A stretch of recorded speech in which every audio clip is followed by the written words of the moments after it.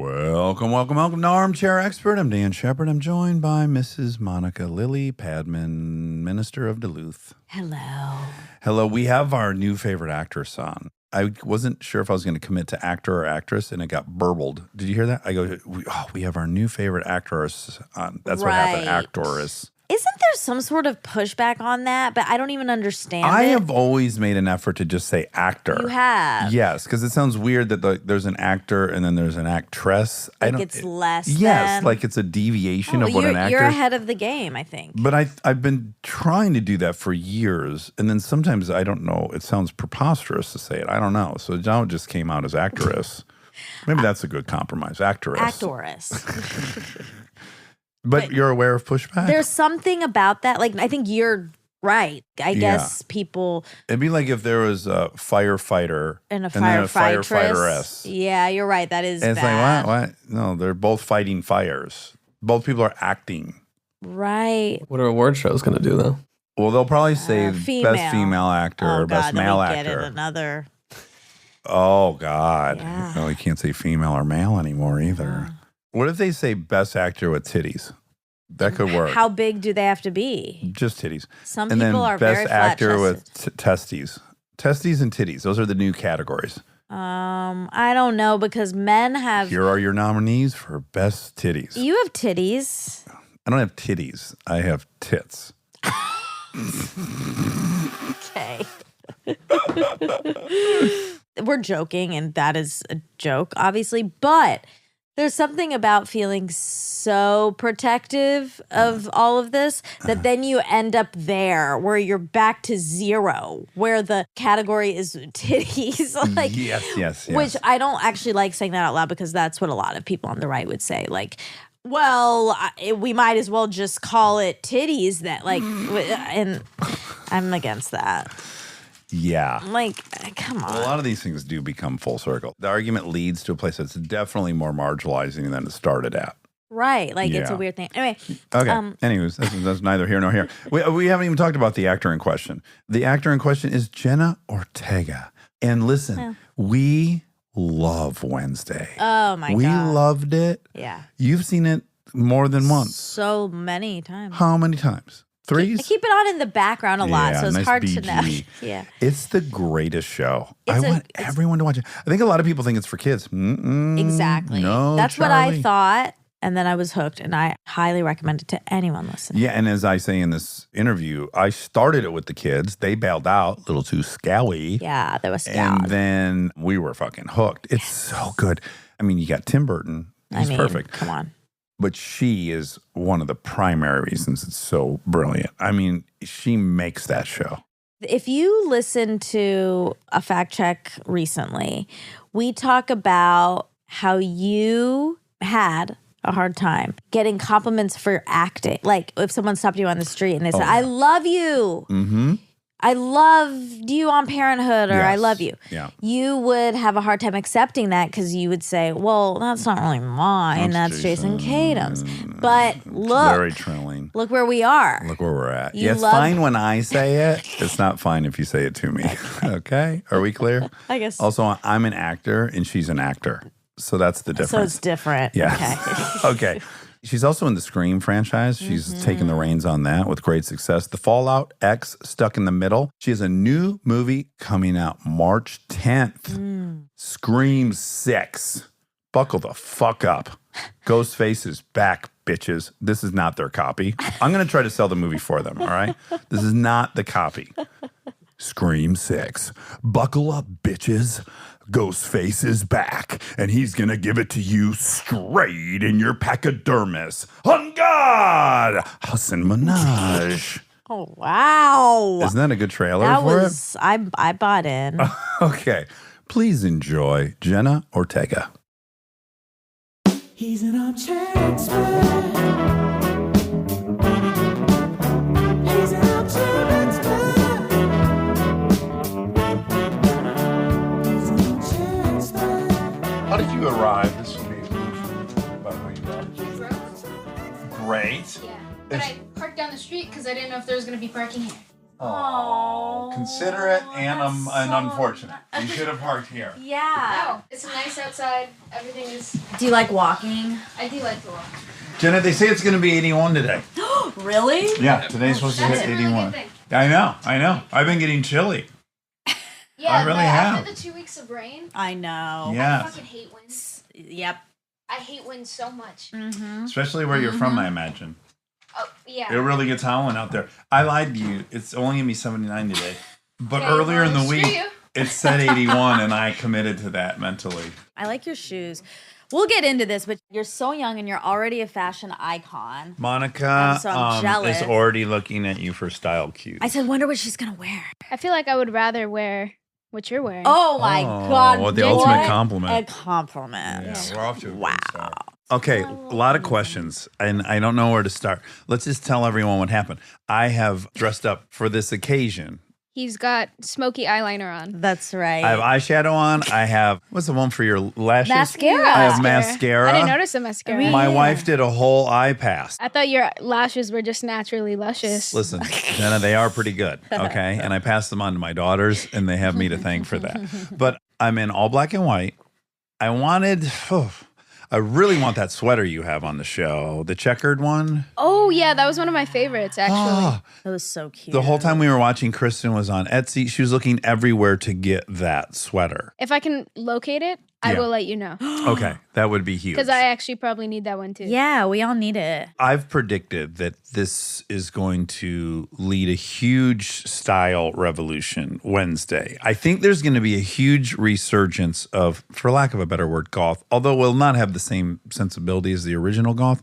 I think that's on the way. What do you think about that prediction? I agree. I have to say, my favorite thing to come out of the show, out of everything, is when I see little girls, their parents will post side by sides of them the day before, and then them after watching Wednesday, or like their 8-year-old daughter coming in with this black eyeliner Yes. and straight hair covering their face, and they're like, "What are you doing?" It's just like, this is me. Yes. I think that's really cool. Oh, you spoke to so many people. Wednesday did, but you Yeah. via Wednesday. Well, I can't wait for them to be older and look back and then have their goth face. That was my Yeah. Wednesday period. That's good for everyone, I think. Yes. That's me in high school. I wasn't goth, but I was new wave and punk rock. So Yeah. all of it felt really good. And I thought, oh, great, this is going to usher in this look that I've loved for my whole life into the mainstream. I feel like that's never a phase to be embarrassed about. I'm not at all. We just interviewed Paul Rudd, and he and I were really bonding over the wild outfits we were putting together in the 90s in high school. Like what? Well, he was really into He was pink. going for He it. had a lot of pink Oh. ribbing. What do we call it? Yeah, piping. Piping. He wore his mother's gold slacks that had buckles on them. I don't think I ever saw that for him, but at the same time, I'm not surprised. Right? Yeah. Well, I do think now he's so put together and kind of classic that it's a little shocking. Boring. He's No, we're not boring. saying that. No, he's right up the middle, though. He's right He's straight up classic. the You wouldn't have guessed it. That's what I loved about it. It was mixed messages. Okay, I That's don't know what where I- to start. Have you ever heard the show? That's No. a no. That's You- great. That's I'm great. so happy you haven't. Have you ever done a podcast? One other time, and it was over Zoom. Which? So. Second podcast? Oh my god. Yeah. Oh my God. Which was the other podcast? It was with Penn Badgley from you. Okay. Yeah, Oh. so he brings his old coworkers. That's fine. I almost got into that trip just now that Ingrid Bergman, what's her name? Bergman? No. You? I'm not on a show named you. What? So stupid. Laura Oh, Ingram. oh Do you ever my see that God. clip? Oh No. my God. Oh my God. Laura Ingram, do you know who she is? Same. She's a Fox She's a Fox correspondent. pundit. Yeah. She had some guests on, and the guest was saying, like, no, it's about measles. It was on you. And she's going, what? You? I've never done a show on measles. And he's like, no, the show you on Netflix. And she goes, I'm not on a show on Netflix. She could not. She's Is completely. that actually what she sounds like? Yes. She's, Oh, I wish. You need to watch it. you got to watch It's it. worth Kristen it. does a perfect impersonation It's of it and does it a impeccable. couple times a day. And I'm Should we really. call her? Yeah. Hold on, Although I got do it. think she's on a Zoom. I don't care. Okay. Hi. Okay, you're on speaker, and I know you're in the middle of a Zoom, but there's a really important thing that you need to do. Jenna's never heard Laura Ingram mix up the show You. We need you to do it. Stupid. What? Wait, do more. You gotta do the whole thing, Mama. The show is called You. Well, Okay, what's it called? It's called You. There's a show on Netflix called Laura Ingraham. Stupid. What's he talking about? It kind of sounds like a parrot. They were discussing measles. We never did a show on measles. Stupid. Yelling at her producer how stupid the person on the air was. Oh, it's so good. Oh, thank you. Yes. Thank you so much. Jenna, thank you I as well. feel so hon. enlightened. He ends it by saying, it's called You. What's he talking about? You know what? We got to go to Adele. We're going to go to Adele. Oh my God. All right. Well, Thanks, thank you love. for that. Okay, love you. Love bye. you. Bang. Was that a good sidebar? That was worth it. Yeah, I Okay. think so. I know your time's valiable. I just want to make sure Yeah, that we're. I okay. like the true. cutaway to Adele. Right. Like that really Got put a it. perfect button. Do you live close? Yeah, I've been staying in Burbank for like the last couple of years, but I'm in the process of moving right now. But I mean, last year I think I spent a total of 4 nights in Los Angeles. Aye. And you'll definitely be coming to this side of town, right? This is where you belong, the east side. I don't know. Are I'm you kind a of beach girl? Oh, tell me. No. Where do you want to live in the city? I feel like this would really be right for you. You know what's hard? This part of town is really nice, but a lot of my friends are in Laurel Canyon. Mm-hmm. It's a My nice only fear area. is it's pretty central, so I feel leaving the hill would be Listen, little. things happen over there. There's mudslides on Laurel Canyon. There's traffic jams sometimes that back up all the way to Mulholland. I worry about your ability to evacuate. Okay? I just want you to keep that It's in the very back of your- parental of you. Yeah. We are living on a fault line, though, here. Oh, yeah. So buckle up for that if you Yeah. come this way. But look, there's fault lines running through all that shit too. You're right. But you're originally from Coachella. Coachella Valley, which more fault lines actually. It's a bit closer to like San Andreas and all that. I It think. is. Yeah, but that's where I'm from, Indio, California. Indio. Okay, I drive through there nonstop. I can't imagine you have because you started acting when you were 6, so this would have escaped your purview. But do you know about Glamis? No, what is that? It's the huge sand dunes south of you, another 80 miles. You go past Salton Sea, and then when Salton What's Sea, the allure? 400 square miles of sand dunes. When you came in, did you see all these ridiculous vehicles that are all over the yard? Yeah. Those are all to drive on the sand dunes with. Oh, And Was jump. it- did you go? and- We go nonstop. oh, It's his Yes. whole it's life. still a thing. Oh my God, it's ongoing and forever. And right when I get into Coachella Valley, I hop on the 86 South. That's where I part ways with the 10 and I go south to Glamis. And I would have thought where you grew up, there's got to be a bunch of shit kicker rednecks who go to the Glamis. Are there a bunch of shitheads out there? No, I feel like I'm kind of in the part of town where it's just a bunch of old retired people because it's Oh. like a very boring city. But you leave the neighborhood that I grew up in, and it's just dirt and tumbleweeds. It's pretty plain desert town. It's a vibe out there. Well, now it is. The last 5-6 years, suddenly everyone from LA is going there for staycation. And I think that that's initially what it was back in the 50s and 60s because it was just out of paparazzi's reach. Yes. And then people stopped coming. And then now there's been like a, And you have polo Resurgence. grounds out there. That's where they hold the festival, right? in India. Do you know Alia Shawkat? She grew up in Palm Springs. Her dad owned a strip club out there.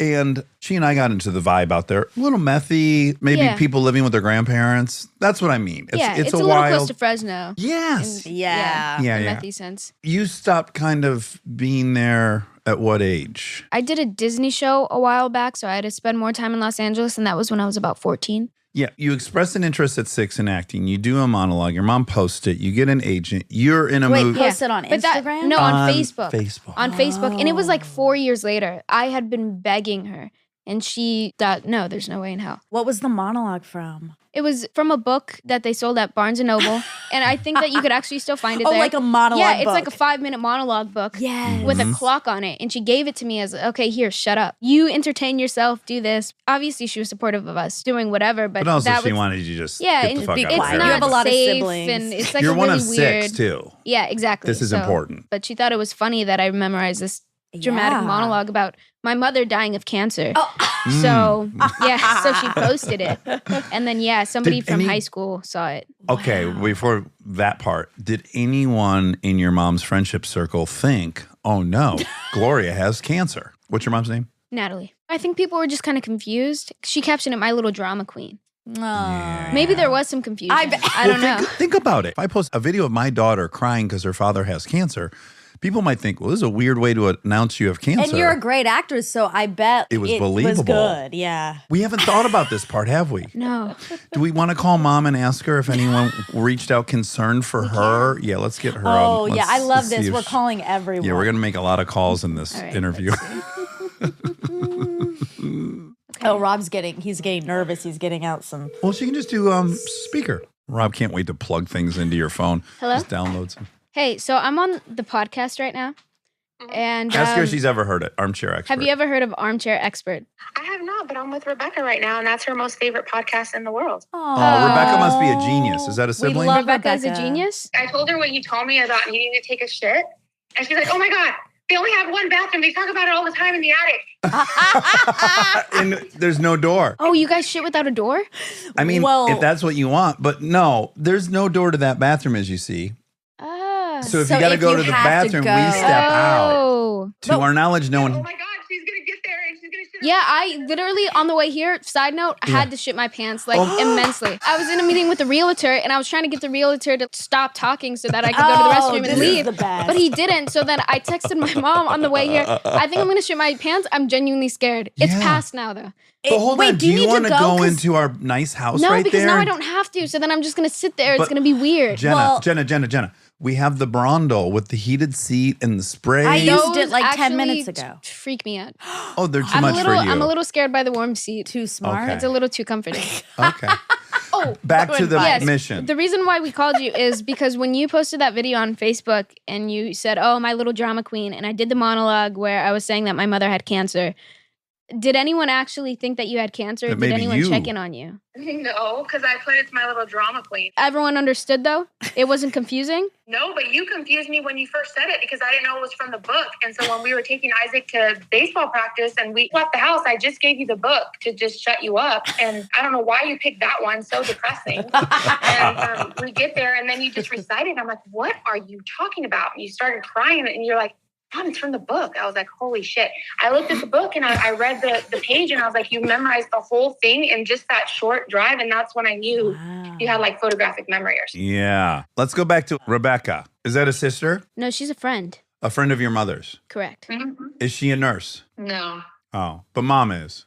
Yeah. And I just wanted you to know, I never heard of your podcast. And Rebecca, who's my LA friend, said, hey, what are you coming into LA for? And I told her what I had to do. And she's like, oh, is Jenna going to be busy? And I said, I was kind of just saying your schedule. And I said, then she's going to do some podcast with Dax Shepard. She's like, what? She's like squealed. She was like, oh my God, that's my most favorite. You got to listen to it. So then she sent me a bunch of them. So I started listening and I think it's really good.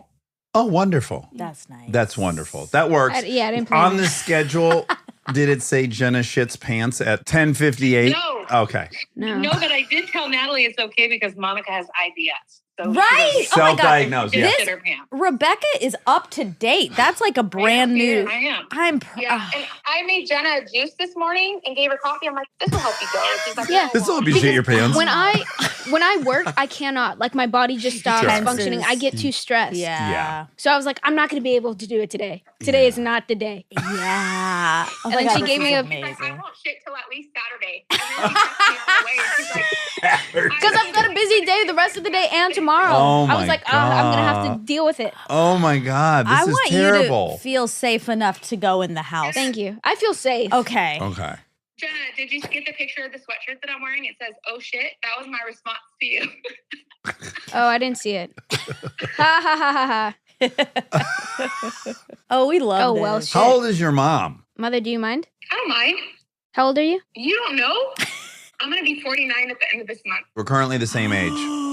I just turned 48 though. Enjoy. Enjoy. Jenna's dad. Oh my God. Well- How is the marriage going? Yeah, how's the marriage? Solid? Marriage is good. It's solid. We have our ups and downs. I mean, I think I wanted to throw him out last month, but this month he's good. Okay, great. If things go sideways, just keep me in mind. Same age. Backup plan. Rob's Okay. really getting All right. nervous because I have an attic to look forward to with no door on the bathroom. That won't fly well with me. I have other bathrooms with doors, just not in the attic. Okay, got it. Yeah, it's a vulnerable space. Thanks for talking to us. Of course. Thank you, Have a Mom. good talk. I love you. Bye. Love you too. Oh, Oh, I loved that. I know. That was nice. Your mom's awesome. She's a really cool lady. yeah. And she's an ER nurse, right? Yeah. So she's not afraid of the shit. No, that's part of her job. She's always said, because I complain a lot about certain aspects of this job, and she says, well, there's always going to be parts that you don't like. She's like, I hate having to scoop up people's shit. Yeah. Or, you know, like pick it up off the floor. But Sure. I do love saving lives. Oh. So Yeah. you've got to take the shit with. Trade-offs. Exactly. You can't say anything back to that. She's Yeah, I know. cleaning up shit off the floor. What parts are you prone to complain about? Honestly, press. It's hard. Press is hard. Yeah. Interviews, even stuff like this can be hard Yeah. sometimes. Yeah. Any sort of red carpet aspect, any sort of brand deal, this, that. It's exciting and I feel very lucky, but at the same time, it feels like a performance, but not the kind that creatively fulfills you. Yes, Just in yes. that, I almost feel like an asshole. Fraudulent. Yes. A little, yeah. Very. If I can drill into exactly what is the problem with the press, is it that A, you're like, oh, the stakes are high, I got to really be careful how I talk? Or is it B, the anxiety of like, okay, I'm on Fallon, I have 6 minutes to make everyone love me? Is it the high stakesness of it? Something like Fallon, you know, they brief you on like so many things that you're going to talk about and then you talk about none of it and then it's Yeah. over, so you don't really know. Yeah. I'm more nervous in the fact where I feel I'm in a really weird transitional point in my life right now where I've never been more uncertain of who I am or what my interests are, but then this is also the time where I'm most expected to be myself and show everyone who I am. And I really don't know what to say or do because You're not sure. exactly. Yeah, I like that. And And then then so many eyes on you all the time. that, but if you're not high energy or you don't match whoever it is that you're with, you're almost rude or you're not yeah. interesting or, oh, what's her problem? And it's just, no, I just don't have that much energy. I'm tired. yeah. What I like and what I detected from the few interviews I watched of you, very sarcastic, which is my Correct. favorite. Love that. Yeah. Nice. This is wonderful. But I can see where when you go on a late night talk show, it's a tempo thing. Yeah. Sarcasm, which is almost counter to the pace of a talk show. Exactly. You could kill Yes. the interview really quickly. There's a way to organically be yourself, but then also not make the interview awful to watch, Yes. which is what is that balance? Yeah. Well, here we have 7 hours to slowly let you start jabbing and Remember when she Great. said she had a full day ahead? Sorry, you're going to have to cancel You're not all gonna the rest shit of your till things. Sunday, as it turns out. Okay. It's just in. It's going to be It's all right. Sunday. Now, do you think part of the not knowing who you are, which I love, that's the best thing to possibly admit about yourself, is just being 20? Or is it, I've been away for 7 years playing all these different people. I haven't really been tending the garden of who I am. I think it's a blend. I grew up going to work with my parents or my mom, and then the last couple of years I haven't because I've been an adult. I've been working a lot or going from job to job, which is super exciting for me because all I want to do is my job. But I think it's so that I almost don't have to confront myself Yeah, and of I course. just get to confront all these other people. So I think it's the loneliness of the job and then also the sporadicness. You know, I'm traveling here and then I'm traveling there. I don't really have a home. So I feel when I'm not on set or not being somebody else, I kind of don't know what to do with myself. Yeah. Which is where it Because gets you're not confusing. rooted. Yeah. Exactly. This And is where then actors get in trouble. you go on set and you work with a really incredible group of people who are very much themselves and have a certain art style. And then 2 months later, you're on another set with people who are Yeah. completely different. So I Yeah. feel like I'm pulling bits of my personality from all these different groups, but they don't necessarily always blend together, or finding a way where they're cohesive is Yes. really difficult. You go from summer camp to summer camp. I did this Yes. too. I was older though. Mine started at like 28. I started going to movie. And yeah, you go to Jewish summer camp, then you go to band summer camp, then you Yep. go to fucking rock climbing summer camp, and you're picking up little facets of yourself. But you're right, it's kind of fragmented. Yeah. And then a little heartbreaking, right? When the experience is so intimate and collaborative and fulfilling. And then you're like, where is everybody? Yeah. like 2 well, you weeks never see later. them again. Yeah, which is like the weirdest I part. One of the know. most heartbreaking conversations I ever had was with the first AD named Buck, who was so sweet. We worked together for like 2-3 months in New Zealand. We talked on the plane about all our future dreams, what we were gonna do, families, things we were gonna build in our houses. We said goodbye, went to bed, and then never looked at each other again. It was just it done. Like we appreciated the fact that our time was over. Wow. And I Yeah. think about that all the time. But you know what you're going to be able to do? I promise you. I've never been one to say like, oh, this person's going to have an incredibly long career. I'm so blown away by Wednesday. That's really the first thing I've seen you. And my kids have watched Yesterday. It's playing in the background, but I didn't really pay attention. But I said to Monica, I came in, I'm like, oh, I'm watching definitely the next Natalie Portman. It's so exciting. It happens once in a while. I remember watching Natalie Portman in The Professional and going like, well, this is impossible that this person exists and that they're that talented at that age and that in control of themselves. So that's there for you unless you start shooting dope. Try not to. And you're going to be able to. I'll get off. Yeah, you go to He China. can I think they can sponsor put you. you out for like a month while you kick. I think that's the way to go. got it. Can you sponsor women? I'll make an exception because I'm such a fan. You'll be in a position shortly where you'll get to choose to work with the people you love and you can sustain it. I know, like I watch it with my wife. You start getting to get your group and stay with your group, and that's going to happen. That's been the weird part too, is because there's been more and more difficult stuff about this job coming up recently. I always say, well, I don't have to do it on a grand scale. Like if I want to make film so badly, or I want to act, or I want to direct, I could do that in my backyard. Like I do not have to do it to this extent. But yeah, just now I'm starting to see the opportunities where I could work with artists that I really, really wanted to work with. So then there's a part of me that doesn't want to stop, because why would I ever pass up that opportunity? I feel like it's getting closer and closer. I don't want to jeopardize that. Yeah. Yeah, that's a really tricky position to be in. Where right now, I'm sure you're just getting offer after offer, and it's all very alluring, but there's a piece of you that knows the pressure is escalating too, and do I need to take a step back from that? Juggling both seems almost impossible, especially at your age. I think a big part of it is the pressure I put on myself. I don't think it should be this complicated, but it's hard to get really excited when you just get nervous instead, you know? Yes. I would normally wait like another hour till you trust me to ask you this, but what's happening romantically? Because I'm curious, does that help? Are you able to maintain any kind of relationship through all these different areas you're at? I almost don't even find myself interested, but I think a big part of it is self-esteem. Like I don't think I'm ready to be that vulnerable or trusting with someone, one. But then also I was in a relationship for a couple of years, but I stopped when things got too hectic, and it had nothing to do with them. It was just strictly you couldn't manage all the things. Exactly. If there's one thing I'm going to focus on, which is probably something I need to change, it's going to be my work. I know enough from reading about you that like Wednesday in particular was so challenging that my guess is the work is so demanding, you're not meeting your own needs as a person. Correct. So the notion that you could also be meeting the needs of yet a second person when you're not even meeting your own, you're probably not eating and sleeping and doing all the things that you would want to do for yourself.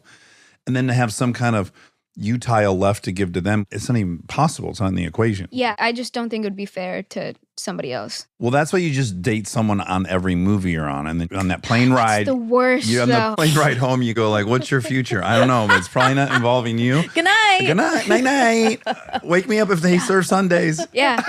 It's insane how common that is. Yeah. This is what I loved about movies. And then ultimately I came to realize my life was never going to start if I remained going here to here to here to here for 3 months. What I love is clean slate. Who am I for these 3 months in Bolingbrook, Illinois?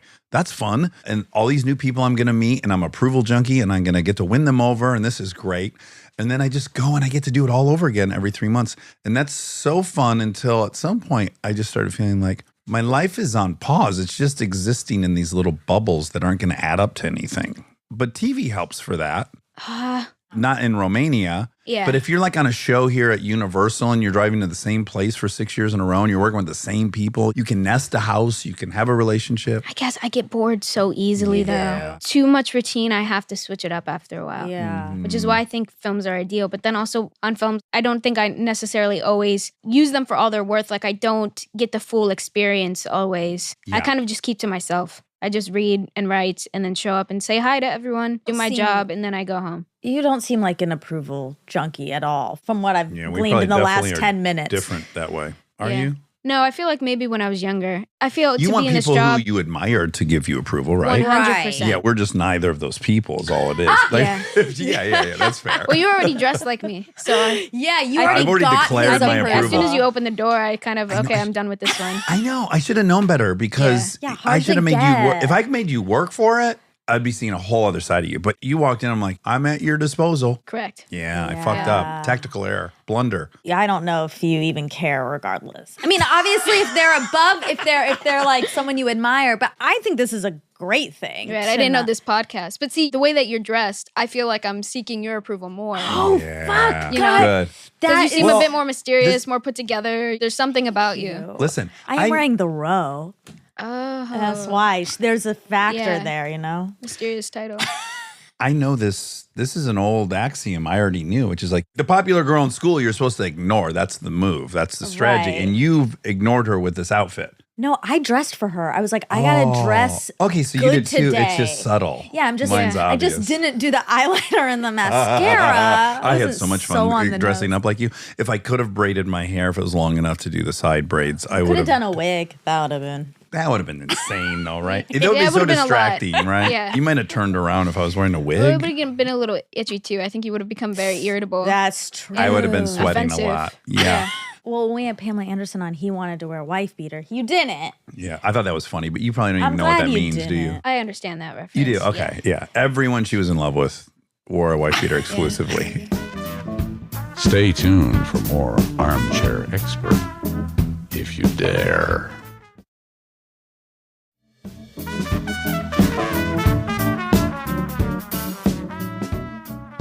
I want to bond over something. My first movie, I was in New Zealand for 3 months in windy Wellington. And I was so in love with it. It's such a magical experience in my mind. We were outdoors. We were in rapids. We were learning how to fucking kayak and canoe and rappel and all this fun stuff. The fact that I was there and they got me an apartment, I had a rental car, and I was like, wait, I'm in show business. This is incredible. Do you love Wellington? Love Wellington. I was there for those 3 months. I decided I could move there. Same. It's a separate little planet. We would go to the beach every day and it was black sand beaches everywhere. For some reason, all of the people there live in harmony and everything is perfect and fine and nice. Also, it was in the middle of the pandemic, but COVID did not exist there doesn't exist practically. there. So live music was still playing. Wow. It seemed like, to go back home was so disappointing. Oh, our friend David Ferrier, who does a show for us, we would FaceTime him. We're inside with masks and gloves on. He's strolling down the street in a t-shirt. He's on his way to meet friends to go see a movie. And we're like, oh my God, like, how is this happening? So you were there at that time too.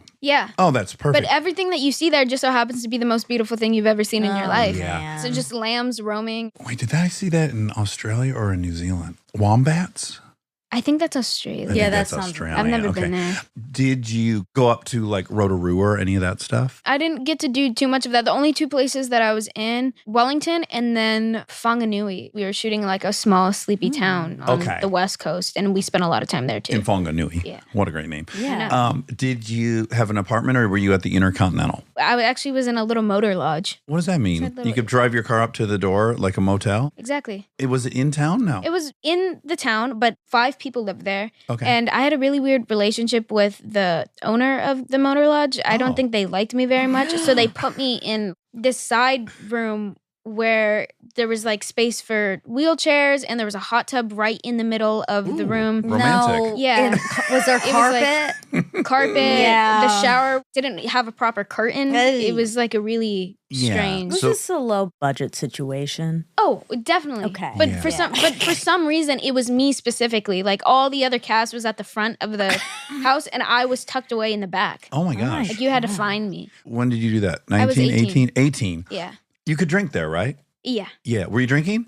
No, not really. Really? You don't drink? No, I do. Oh, Okay, just not good. there. I definitely do. It just has to bring it out of me. Like I feel like Romania was more the time and place. Okay, great. Oh. So that's where Kristen could really help out because she did a movie in Romania as well, like a horror movie. And I think for the people who've worked in Romania, especially if the budget's been dicey, it's a very shared experience. Yeah. But before we wrap up Wellington, they put a poached egg on everything. I love that. Did you notice that? I did not notice that. Oh my God. Are you sure you were in Wellington? I think so. You were at a motor lodge, which I didn't even know exists, and you didn't see any poached eggs. Well, no, when I was in Wellington, I was at I think the Q, maybe. So it was like a proper hotel, and they had a photo Okay. of Willie Nelson, Oh, Like- wow. top of the wall, bottom to the wall, Prominent. on the 10th room of every floor, and I just so happened to be in the 10th room. Oh, my. Oh, yeah, so it was me lucky. and Willie Nelson. Okay, wonderful. Because here's my question. So I had an apartment downtown when I was working there, and I would sit on my balcony, and God bless those Kiwis. They can drink. It's like being in Chicago. I would sit up there at like 2:30 in the morning when the bars were getting out, and I would just watch people throw up on the street. I've never seen more people throwing up on the street in public than I would from my balcony. And the best one I ever saw is I saw a guy walk out of the McDonald's because I had a great view of the McDonald's. He walked out and he brought the full tray with him. He didn't get to go. He got for there. And he was walking home with a tray full of burgers and fries and the whole nine, not in a bag. Yeah. Stopped to throw up, kept the tray horizontal, and then continued on his way. No way. It was like watching Cirque du Soleil or something. I forgot. There was actually one time where I drank, and it's probably one of the times that I've drank the most in my life. Okay. It was second to last day of shooting. Like, we left in 2 days, and I was with my castmate Scott, and we went on a bar crawl because we both had never really been to any of the bars there. So we went with some of the crew members.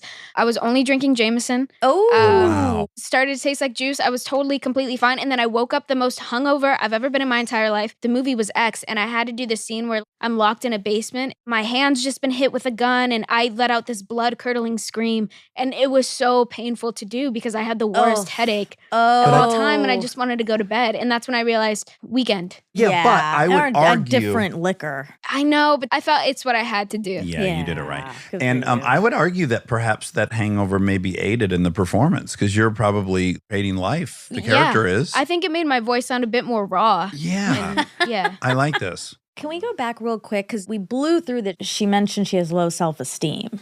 Yeah. And we need to circle back. Yeah. to that. Let's circle back. You're perfect. My insecurity is like how I look, but yours probably isn't how you Yeah, look. where do you think it is stems from? It's so interesting because I always mention something like this because I feel like it's important because especially with social media, people go on their phones and then they see something that's great and amazing and wonderful and everyone is the shit and everyone is the best. So I always try to slip it in, but then nobody ever asked me to go into it further, which I'm so surprised. Yeah. I'm sitting here You haven't And now listened to you're this wondering- show. That's all we do. And we might have Yeah. just busted you. Maybe she's got like thriving She's like, self-esteem. actually, it's but I know really what you're good. saying. My wife and have that where people will constantly write relationship goals. And we're constantly like, hey, it's a beatdown and we are in therapy and it's a ton of work. Like, don't think Yeah. you're just going to meet your Kristen Bell and that's that. That's not it. Yeah. So I understand like the kind of integrity to say, yeah, I get it. A lot of people want to be in my shoes, but just know there is no perfect state of being. I'm not elated to be me. That's all a fantasy. Yeah. Well, I think self-esteem is something that I've struggled with for a very long time. And oh my God, I was talking to my mom even about it last night. I don't know how to put it like sweetly or nicely, but it's really hard for me to find something that I genuinely enjoy about myself. I think that's part of the reason why I like my job so much is because as soon as they say action, I black out. I don't even know if I'm taking the director's notes. I don't know what's happening. I just know I'm listening to what the other person is saying and I'm responding. Especially in a job like this too, where everyone's concerned about your appearance. Everyone's concerned about your sense of humor, whether you're nice enough. You begin to feel a bit like a billboard. And there's a part of me that almost feels like I've succumbed to this commercial version and kind of given up on Like maybe my you're own trying personal to interest. catch up with the thing everyone else thinks about you. not even catch up. I just feel like people aren't understanding. You meet with someone on a red carpet, you do something like this, and it's, oh, you're perfect. And no one's perfect, by the way. Yeah, and Literally no one is Of course, perfect. but I feel like even the way that friends and family talk about me now, because they're so excited about everything that's come up. Yeah. They're, oh, wow, look at all that's coming for you, or look at all that people are saying, especially with a job like Wednesday. I was trying something completely different. I'm naturally a very expressive person. I haven't really done a teen show like that before. It's not typically the kind of TV that I would watch, so it felt very out of place for me. I can't watch my work, but I can go home from set and say, the scene that we shot today felt good. Yeah. Wednesday, there was not a scene in that show that I went home and was like, okay, that should be fine. Now, a lot of people know me from that. It's not my proudest moment internally, so it's Yeah, Oh, that's so man. interesting. Which I think also adds an extra level of insecurity and stress because it's like, no, I'm finally getting these offers to these places that I want, but I don't want to be known specifically for that. Okay, this is great. There's a huge disconnect from what we're experiencing in that moment than what's on screen often, which is a weird thing to get comfortable with. Definitely. God, I want you to watch Wednesday. No. Well, yeah. In fact, the thing Rob, about pull out Wednesday the too- screen. We're going to watch the whole series. The thing about Wednesday too is it came out in what, November, and I wrapped in September. Like I was still, Wow. I came back from Romania, worked on other jobs, but because so much of the show is outside and there's so much action going on, other cast members had maybe 10 lines of ADR where I had to do over 200 because I'm also narrating the show. So I've already seen a lot of it against my will. So I think I'm really, I'm really good there. Yeah. But you can intellectually and objectively acknowledge you are nominated for a Golden Globe, you're nominated for a SAG Award. Like you recognize It broke. the work is incredible by all the rest of our standards. My brain completely disregards that. It It's, can't. Really? general public must be so easy to please. You know, like that's where my brain goes. Because it's like people are shipping out content so fast that the fact that we actually sat down and spent considerable time on that, I think naturally would elevate or maybe make a show more appealing to an audience because there was a lot that went into that show. Well, but I will say this is actually a healthy thing to recognize as an actor, which is you're only as good as the director. You're only as good as the editor. You're only as good as the score. So you could go give the best performance that you're capable of in a shitty movie with the wrong camera move, the wrong lens, the wrong score, and it fucking sucks. Yeah. And so your talent plus Tim Burton, and I don't know what it's like to work for him, so I'm obviously able to just speak as a fan of everything he's made. You start recognizing that you are an important part of the puzzle, but you are a part of the puzzle, and you can't transcend the limits of the talent of the people around you in some ways. Yeah. I think it's good to take the pressure off of us a little bit and to either not get high on our own supply, not be so high on what we did for the movie, also not take it all that personal when it didn't work out. It is so collaborative that this thing that you never went home feeling like you gave them or that you did the thing you wanted, objectively still might be the best thing you've ever done because it's married with this other genius. And just because maybe you don't have a good barometer of when you're delivering and when you're not. Like sometimes that's hard to know. Yeah. I don't have real sense of self in that way, but I guess it's weird. We started it with the kids. It was too much for them. They see the broken neck in the first scene, and my 9-year-old's like, yeah, I'm out. So now we're like, okay, this was going to be a family show. And then it was just my wife and I watching it every night in bed after they went to sleep. And it is one of my favorite shows I've ever seen. Have you ever seen Veronica Mars? No. You have to see it because it's the same show. And Okay. I say this in the best way. It's my favorite and Monica's favorite. Well, Yeah. she's female detective. Exactly. Yeah. But she's sarcastic. High school. She's wise beyond her years. She's sarcastic. So she's tiny but spunky. spunky. She fights. Even down to like the weird relationship with the sheriff in town. Like it's all in that show. Yeah. But it's just this wonderful fantasy version of it with the Tim Burton designed world. Yeah. So it's just added. But anyways, I absolutely loved it. I didn't know who you were. I'm like, she's perfect at Wednesday. Maybe she's just that girl. I don't know what the spectrum of her range is yet. But I thought when you're also playing the blonde version of yourself, and then you have that bizarro pilgrimy accent. Yeah, I don't know what that is. It's awesome. It truly it's does. It so makes good. no sense. And I was like, oh, she can do every single thing. Yeah. And I believe you when you're being tough, and I believe you when you're being everything. Thank you. I know. I was just going to steal some of that thunder because I do believe I walked in and I was like, I've been watching Wednesday over and over and over again. I've watched it like 5 times. I just have it on in the background and it is so, so good. And I was not expecting it because it's a quote teen show. And I'm not a teen, sadly, anymore. Yeah. But it's so universal. I have not met one person who doesn't love it. Thank you. Well, that's actually kind of interesting to hear about your 9-year-old too, is because when I actually read the entire series, I realized, oh, this is for younger audiences. But if the broken neck is too much, because when I first signed on to the show, I didn't have all the scripts, and I thought that it was going to be a lot darker. I thought it was going to be more of that broken neck stuff, but then it Yeah. wasn't. So I thought, oh, okay, I see where we're going. But then it still had the opposite effect, which is really funny to me. Yeah. Yeah. What is great is I think you care a ton, which is Yeah. exactly what you should do. But at the same time, there has to be some other voice that you're countering in your head, which is, I might not know. Like you might not be able to know what the show is, Yeah. despite the fact that you're in every scene of it. Well, that was the thing. I didn't know what the tone was. Yeah. I didn't know what the score was going to sound like or the way it was going to be cut together. Yeah. Or when we're doing more dramatic scenes, it's okay, well, let's not get too melodramatic. Yeah. Like Yeah. the show still has superpowers, you know, but then sometimes you do have to push heavier. It was confusing in that Yes. sense, definitely. Yeah. Well, I kept saying this the whole time. There's a great tension in the show, and I can't wait to watch more series, and I want to see how they juggle it, which is like, we meet you, you have zero inclination to get anyone's approval. It's wish fulfillment for humans. It's like, oh God, I wish I didn't care. So what we love about you is that you're completely detached. Yet, it's story. So I want to see you smile eventually. I want to see you fall in love eventually. I want all the things for Wednesday that I would want for any character I love. Yet it would defy what I love about the character. So it is the tiniest needle to thread. And I imagine for you performing it, it is too. How much am I going to give like, I got to see you kiss and smile and hug and all that, but you can't not be Wednesday still. I don't think I've ever had to put my foot down on a set in a way that I had to on Wednesday because it's so easy to fall into that category, especially with this type of show. Everything that she does, everything that I had to play did not make sense for her character at all. Her being in a love triangle made no sense. Her going, there was a line about like a dress that she has to wear for a school dance. And she said, oh my God, I love it. Oh, I can't believe I said that. I literally hate myself. And I had to go, no.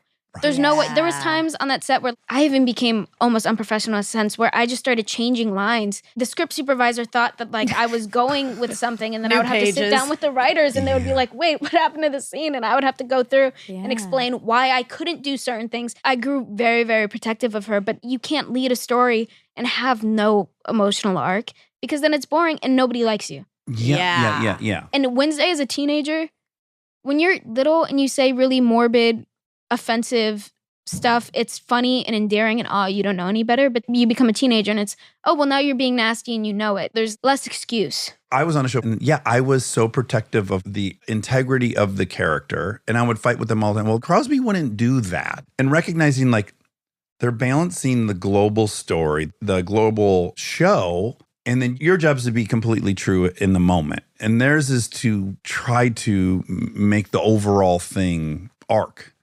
And you have to betray yourself sometimes. Definitely. And it's like a compromise. And that's not always fun. Did you watch Euphoria? No. Oh, wow. Okay. So good. I don't watch a lot of TV. You don't? Mm-mm. Why not? I'm just more interested in film. We share a favorite movie, Man on Fire. Yeah, that's why I started acting. I love that movie. I feel like it's so underrated. It's why I'm obsessed with Denzel. Dakota, I'm supposed to be the Puerto Rican version of her in my 8-year-old head. Yeah. That movie is like a Led Zeppelin album on vinyl. There's something so chromatic. There's something really textured and delightful. Just everything you want in a movie. It's like eating good Mexican food, that movie. Yes. That's actually a really good way to put it. Thank you. Yeah. There's something alive in the salsa in that movie. Honestly, I think there's also something really powerful in friendship between strong, protective, almost father figure and young girl who can hold her own. Is a badass. Exactly. Yes. Like, I think there's something that everyone loves that dynamic. That's what I'm offering you in real life. Oh, okay. I want to enter into the Denzel, Dakota Fanning. I would rather be the friendship. Denzel. Yeah. Okay, good. I love swimming. Okay. Yeah, so you can shoot the starter pistol and I'll come off the blocks as fast as I can. Oh my God, after seeing that movie, I used to practice that so many times in the pool. Because I thought, okay, if I'm going to be Dakota, and I would do the little spin and kick off of the wall. Yes. I had She never is seen so great in that Yeah, movie. she is. Yeah. My 9-year-old reminds me so much of her in that movie. Scared and nervous, but can act when you say act. Yeah. It's like the greatest. Is she a little actress? She's in a school play right now. Okay. She just declared that she wants to go to this junior high that is a performing junior high.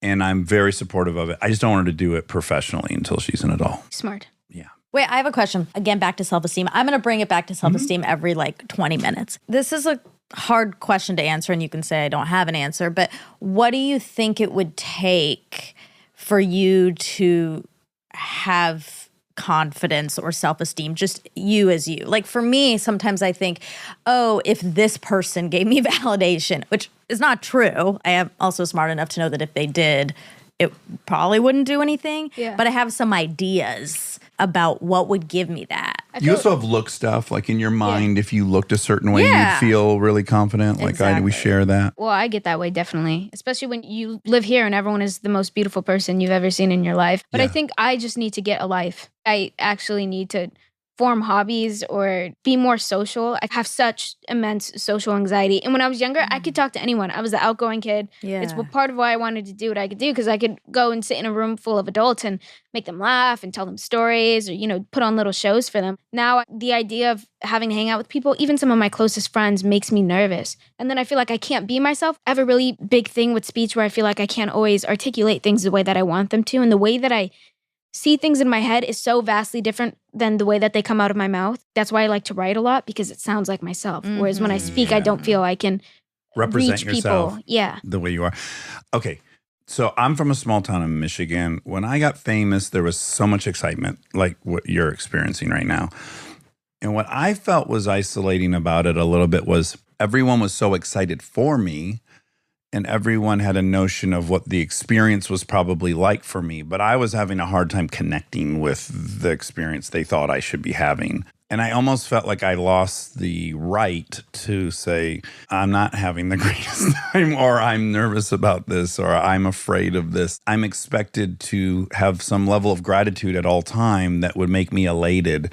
And that was a very isolating feeling. That's exactly what it is. I almost feel guilty for not being as excited. Yeah, as everyone else. Exactly. And then I feel like I'm Debbie Downer. Everyone thinks I'm excited about the things that I'm not excited about. So then there's that confusion as well. But I can't really speak to anyone who understands what I mean when I complain or when I get confused or upset about a certain aspect of my life. And then you feel ungrateful, which is like somehow Yes. the worst Annoying. sin you can make Yes. in life. And then people will be like, well, then you're going to lose it because you're not grateful. And your mother did a nice thing to you. It's what I would do to my daughters.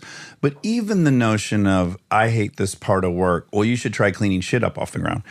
That's going to be everyone's response. It's like, well, try doing what I do and not get millions. So it's like, okay, so I guess I'm not really Allowed to have entitled these to feelings. dislike anything or be struggling in any way because I have this huge gift on my plate. You could recognize it intellectually as a huge gift, but it's not going to alter your experience day to day in life. You come here, you got lost, you parked too far away, you're going to shit your pants. None of Yeah. Wednesday doesn't have any effect on that. Yeah, definitely. I think part of it too is because I come from such a big family and they sacrifice so much time with their mom. My younger siblings are a couple years younger than me. My mom was not as present in their lives where she was my best friend, I feel like there's a lot that my family gave up, or even my parents' relationship struggled for a bit because one's in LA and one's here. Everyone sacrificed a lot, so then it feels like now more than anything is the time to push and keep going further so that everybody's So it's hard worth work. it. Exactly. I don't want it not to be worth it. Then it's no longer about the thing it was originally about, which is very Yeah. fucking dangerous. Yeah, trying to find a way to like pay them back and thank them. Yes. Even though I know they don't want it. Start arguments and we go back and forth and it's something that I want to do and they're not asking for it at all.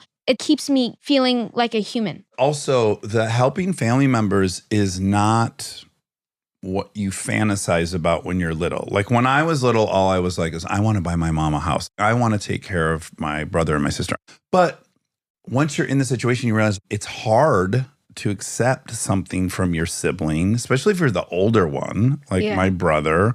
It's not just easy peasy, like, complicated. oh, great, I got a bunch and now I want to share it with everyone. It's unfortunately a lot more complicated than that. It can lead to resentments. Also, if you have a family member that doesn't mind asking, like my dad before he died, he would ask me for everything. When the phone rings and I see it's him and I have a pang of, is this going to be a request? Like it's already tainted our relationship. Like me getting this thing has made it so when I see the phone ring and it's my dad, I have fear. Like, what's he going to ask for? I don't want that relationship. I don't want anything like that either, but I'm unbelievably lucky with my family because they do not give a shit what I do. They have no interest, unless it's something that's like randomly exciting to them. If I just so happen to be at a red carpet or something with someone that they love, then they might ask a question or two. But other than that, it's like they don't want anything to do with my job, nor do they have any understanding. So if I do something nice for them or try to thank them, it's kind of confusing for them. So then it's like, you almost feel like you owe them something, but they're like, They don't feel no, owed. you Exactly. don't. Yeah. Yeah, that's interesting. exactly, which I know a lot of people are in my position and are made out to feel like they do owe somebody something or they do have to pay somebody back. No, I just do it because I want to, not necessarily out of owing. Who are your idols? Dakota, we Yeah, said that. Dakota was a big one. There's an actress, her name was Karen Cartledge, I believe, and she did a lot of Mike Lee's films. There's a movie, Naked, that she's in that I saw her for the very first time. Every time I watch her, I cannot believe she's even human. It's weird. I don't think I've ever shouted her out before, but she's like a huge... Let's put her on blast Yeah, right now. she's a huge influence of mine. Is there someone's career that you are like, oh, if I had that career, that would be... Like, when I say Natalie Portman, does that interest you? Yeah, Philip Seymour Hoffman was another one who literally everything is perfect about his resume. A younger actor who I think has a really great resume panning out for them is Jessie Buckley. I feel like she has, she did I'm Thinking of Anything's the Charlie Kaufman. She just attracts the most wonderful, interesting scripts and characters. I don't know how she does it. She's incredible. So the other thing, if I were you, the pressure of having opportunities, it's so weird because when you're coming up, it's like you're auditioning for a million things. That is easy. Like, I want this thing, I'm chasing it, and you have a lot of practice in that. And now when it flips and it's like, wait, now I've got to pick what's going to be a good bet for me or what's going to be a good choice or what's going to sustain this thing, I feel like is incredibly daunting. It's so scary, especially because you don't know if the opportunity you just passed up on was the better project overall, I had the better team behind it. Or another thing too that I've just realized is schedule is so hard because there's some jobs that you want to do so bad, it just doesn't fit because you've already agreed to this one. I didn't think that as many people were going to be paying attention to what I was doing. So there was less pressure to maybe choose the wrong one or to mess up because do the little indie. Well, before you could read something, you could like and go, I want to play that. That's Exactly. the decision. I'd love to play that character for 3 months. Exactly. Now you're like, is it going to eat shit? Are they going to bring it out wide and it's going to tank and I'll never get an opportunity again? Those weren't the thoughts a year and a half ago, I'm sure. Yeah, I feel like every choice is more critical. And then also, is this too similar? Now suddenly everyone has to be so different. It's so weird. Yeah. Even me watching Wednesday and having that thought like, oh my God, there's a Natalie Portman. This is so fun. I can't wait to watch. I can't wait to see her do the crazy Darren Aronofsky ballet movie. I think even I then click back into the fantasy of it all by seeing you and like just forget everything I know. Like, oh no, it's also really stressful. She's probably panicked about what's next. Do you have someone whose advice you really, really believe in? No. Okay, I'll do it. You're Floating taking right now. applications. I never thought I'd be a manager, but now I'm putting my hat in the ring. It's so hard because you're at this critical point, but what you were doing before worked, where you were just looking at the character and the story and all of the things. And for all the people we've had on here, that's what they ultimately say is the jobs where the process was fun, where the character was fun. That's fulfilling. You'll never know about the result. I, for several years, lived with the regret of not doing Wedding Crashers because it was enormous. And I did this movie, Idiocracy, and no one fucking saw it for 5 years. But now, 18 years later, that's what people will talk to me about nonstop. But for years, I was like, well, I really shit the bed on that. I could probably be the lead of things still. I could be making X amount of money. And there was years where I thought I made the wrong decision. And now that was totally the right decision. The real long time horizon, you don't even know. True. I try to look at things objectively like that and look at the bigger picture, but I think I'm so terrified of making mistakes. My concern is I feel like a lot of people see something very different for myself. Someone like Zendaya, for example, so much respect for, killing it, always like been such a massive fan of her. I never saw myself being like her, like the fashion girl in this blockbuster and this whatever. No, I always wanted to do the darker, weirder, the more off-putting projects, but I feel now that you do something that's mainstream, that's what's seen for you and that's what's expected. I love horror. Now you're only getting horror offers, or now you're only, I don't want to be pigeonholed in a box. I'm fearful of having already put myself in that position.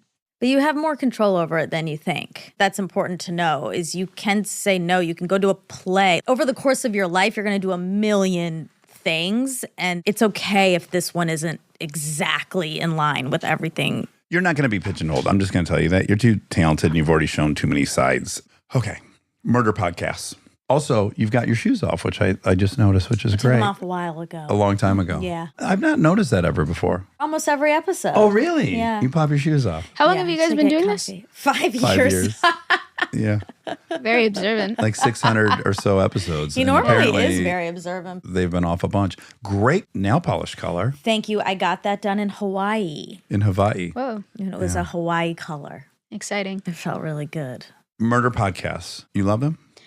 I know pretty much all of them off the back of my hand because that's all my mom listened to when we were driving Oh, so to it wasn't LA. you that was instigating the murder podcast. It was your mother. No, I just have heard gruesome murders in like 5 different accounts based off of whatever 5 different podcasts you would listen to. Did you do Root of Evil, the Black Dahlia murder? Of course. Okay, so that house, I'm just telling you because I think it'd interest you, is 5 doors down. Are you serious? Yes. Why did I think that You was in might like have- Brentwood or something? No, it's you might have here. even parked in front of the place. It's not Frank Lloyd Wright, it's his son, I think. But there's a Frank Lloyd Wright house, that like Aztec-y design that's right I think here I on actually Franklin. did. Yes. Well, I'm not. I have to go and check. Yes. But I walked. That's You the definitely walked hotel. past That's it, the probably. site of the murder. No And way. all those I weird always find rituals. random stuff like that. Yes. Again, another reason to move to the neighborhood. Was the house available? It's always for sale, funny enough. Ah. They hold events there. It's a spectacular house. I've been to like a couple different events there. It's unbelievably gorgeous inside, and the layout's impossible, and the whole inside's opened up to this atrium, and all the rooms share a common wall with this atrium. It's incredible. You should have started with that. That would have made me more excited to be here. It's Yeah, a slow yeah. burn. Yeah, the now I show, feel you kind know? of. Oh, Well, I didn't know whether to send I you off missed on a it. high note or start you on a high note. Laws of comedy, you save your best joke for last. I didn't want to start you at a 10 and then we fizzle to a 5, Oh, You know, Right? That's that was your best joke when we first started. It was the costume. Yeah, Okay. yeah. See, there it is. There's the sarcasm. I love it. We've got the time and the space, so let it rip. Okay. Any other murder podcasts that you loved? Crime Junkies was a big one. Moms and Murder was a big one. Did you listen to Dr. Death? That's our favorite Yes, of all time. Did listen The to Dr. spinal cord Death. surgeon? Correct. Oh my God, I loved it. Yeah. It was always the best too when we were driving home from Los Angeles after a work day at like 2 a.m. and my mom had to be at work at 6 and I had to be at school at 7. And then you're just talking about how like, oh, and his neck was tore open. He decapitated his friend. Yeah, exactly. Yeah, oopsies. yeah, and he left like sponges and stuff in bodies. Oh, and- anything he had been using, he Yeah. just What I sewed went it to up. sleep to. Oh, Stay tuned for more Armchair Expert, if you dare.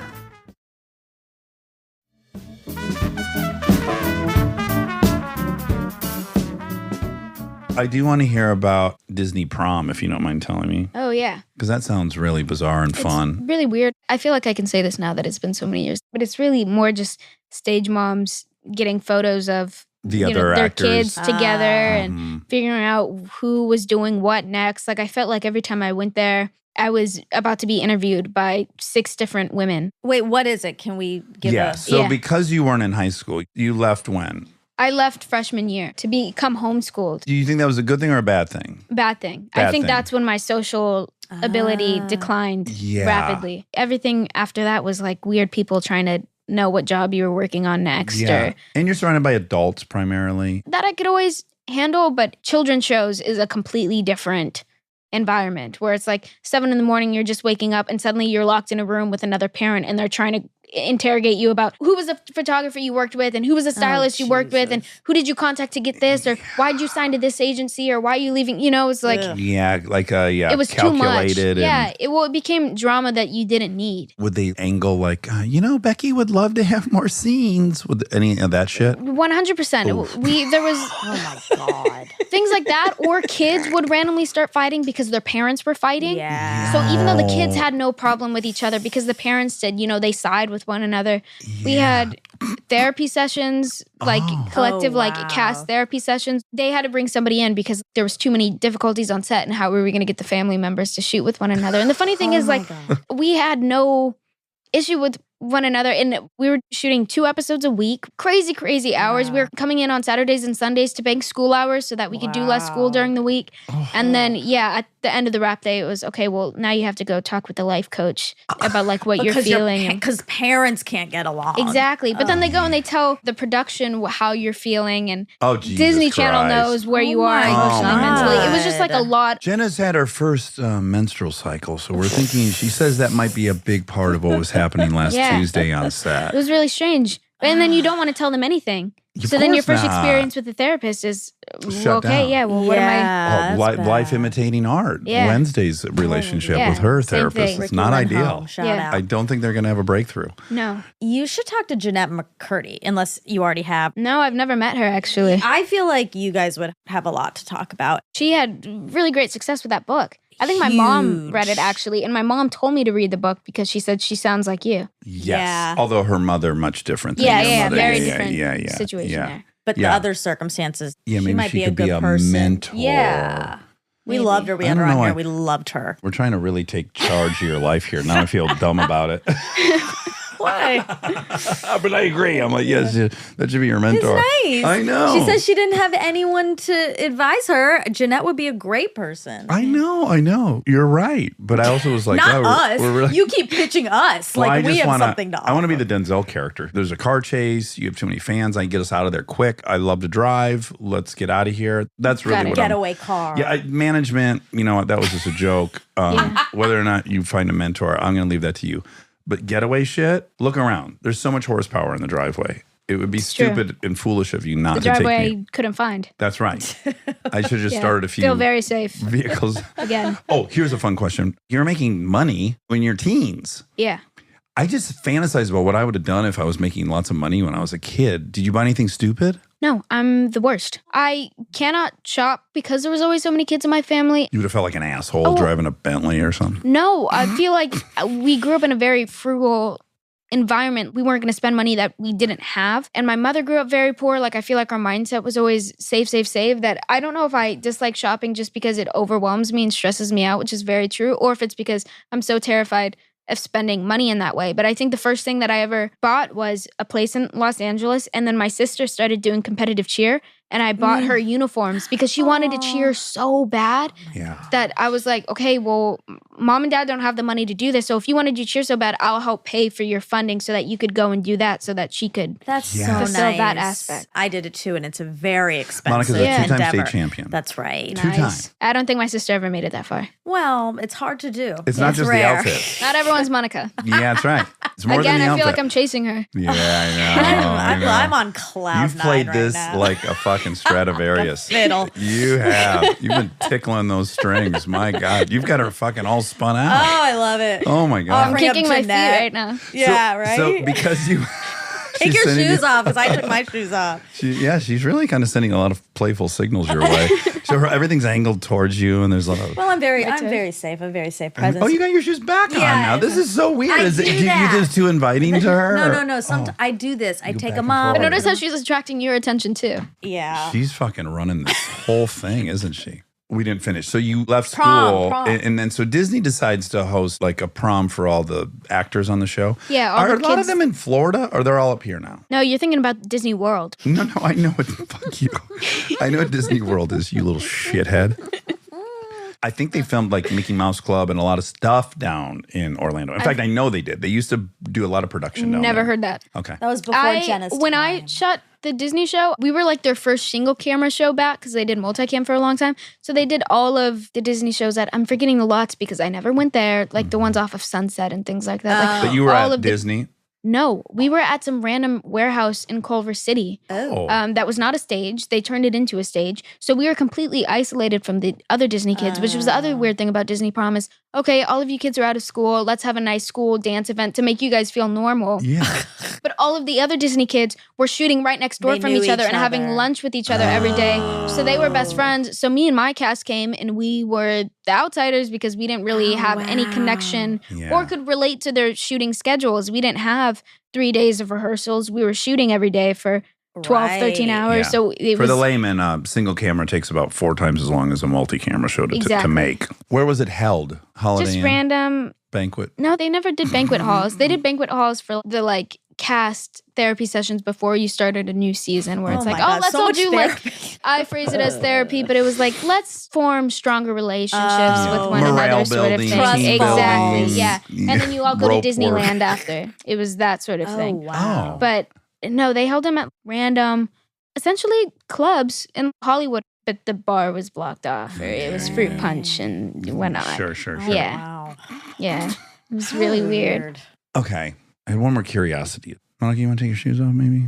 I'm Sure. thinking, I mean, let's that pop helps. those, Didn't get those take 'em things off out. enough. Let's see if that. Maybe it's a secret. Oh my God, we should test it out. If you get like a big burst of inspiration when my shoes are off. Yeah. All of a sudden, I turn into Charlie Rose. I sit like this a lot. Maybe that's why you haven't noticed my shoes. That's exactly what's Mm-hmm. happening. And I'm not across from you. So it's like, I got to lean over my lazy boy to see what's happening with your foots. Yeah.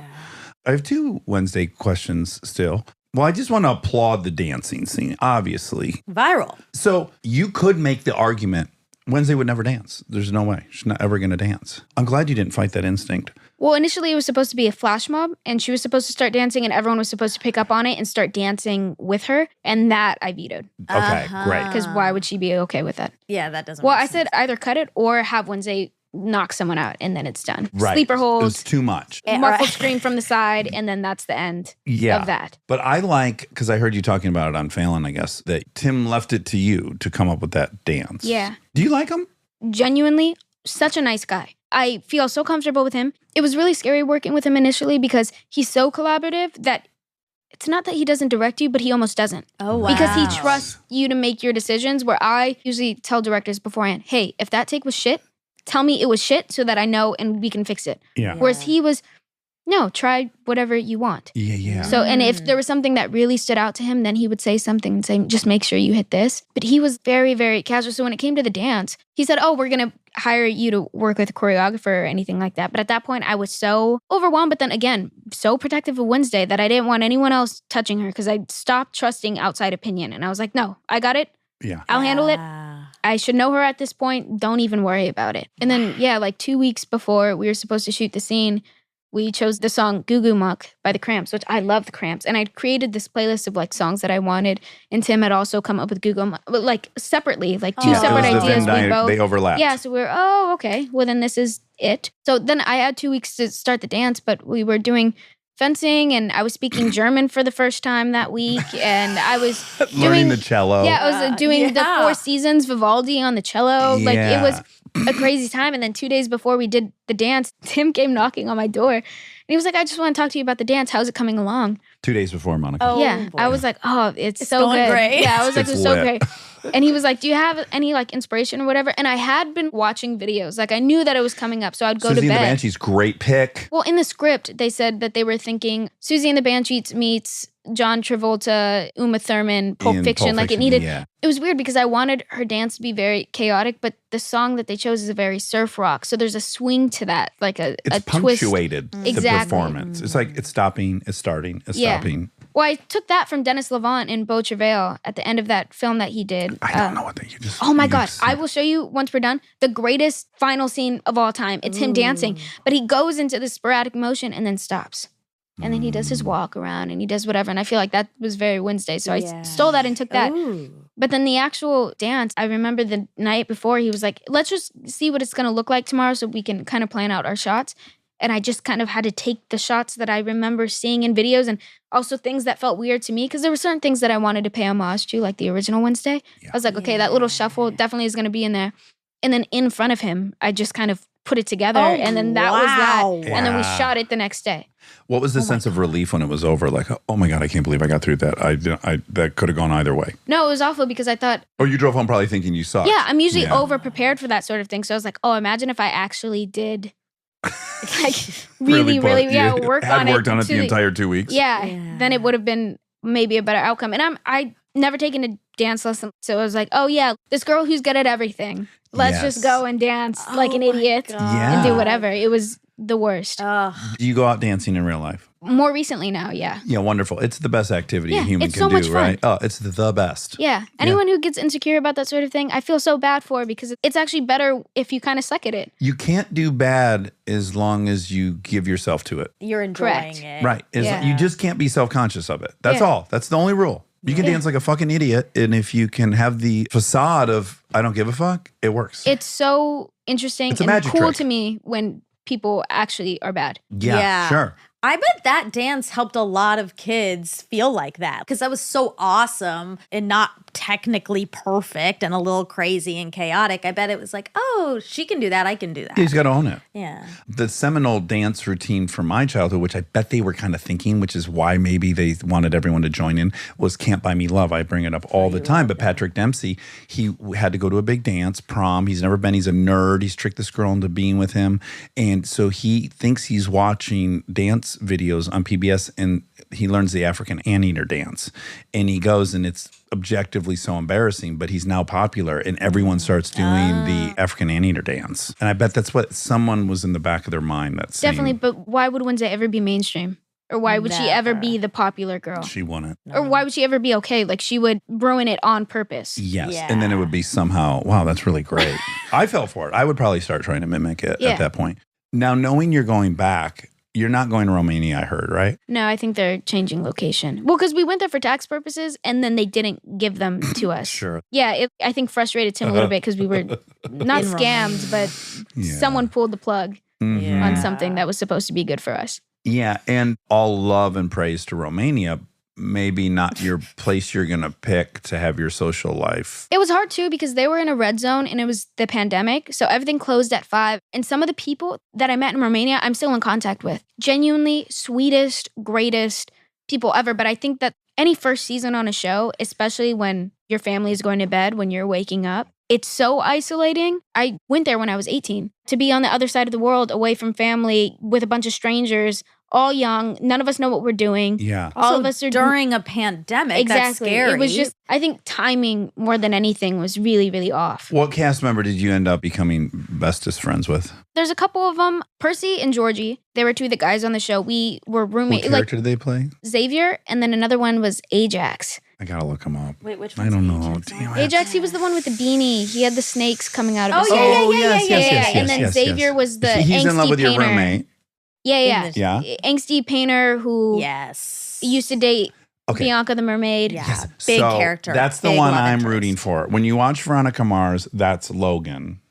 Oh, I mean, yeah, but Xavier's like nice. I guess he was kind of scared. Well, he's kind of angsty. He's angsty. Yes, You're he's right. a bad You're boy. right. Yeah, You're right. Yeah. yeah, You're right. he's a bad boy. But we all lived in the same apartment building. So they would like wait for me after I wrapped shooting to like go for walks, or they would Aw. like cook me dinner, Aw. or they would clean apartments. Literally, we mothered each other. Yeah. Oh, So it's like that's whenever nice. someone was busy or like going through something, we were there. And he has a girlfriend? I think they're both not dating anyone right Okay, now. I don't know why you guys are in love. That feels like a really nice place to fall in love. You're just taking walks and stuff in Romania. Again, I think Someone's it's feeling just, lonely. I think it's because they know that's not something that I'm ever interested in. And then Yeah. also the way that we communicate with each other, we know too much about each other. Okay. It's All like we're right. kind of grossed out by each other at this point. Okay. Maybe in like I'm 20 also making years. bad assumptions, outdated assumptions. Yeah, you are. I am. And also, it's like maybe there'll be an Ashton and Mila situation 20 years down the road. You're establishing your friendship now. We just don't know. We don't Yeah. want to make it. We Yeah. don't know. And you could like girls. I'm stupidly could like boys. suggesting everyone be Well, heterosexual. There's and also that's, yeah. Emma, who plays Enid. I don't think I've ever been so protective of somebody. I think about her all the time. Uh-huh. I only ever want to make Oh. sure she's okay and good. Yeah, she must have that essence a little bit in real life. Definitely. We get along so naturally. I'm so easily comfortable around her. I used to wake up every day in Romania, and before I was even conscious, I would do voice memos and I would sing her a new song every day, talking about how beautiful and wonderful she was and how she was going to have the best day ever. And I was like, whatever. Like, I have never had that desire or urge for Yeah. anybody else. You were like nurturing. Yes. Yeah, that's a good She thing. seems awesome. Yeah, she's a sweetheart. She's a real person. All 3 of them are. Yeah. So that was another thing too. Friends that I made there are kind of my only friends at the Yeah. moment, you know? Yeah. Well, Jenna, this has been a blast. Monica won the day. That's fine. I'm excited for her. It's a big victory. It's really good. Yeah, you know. I hope you remember this. Yeah, yeah. Oh, I will. I will. Eyeliner still looks nice. Thank you. Thanks for throwing me that bone. I know that hurt a little bit, but I appreciate it. Close your eyes. Let me see the lids. Actually, it doesn't look that nice.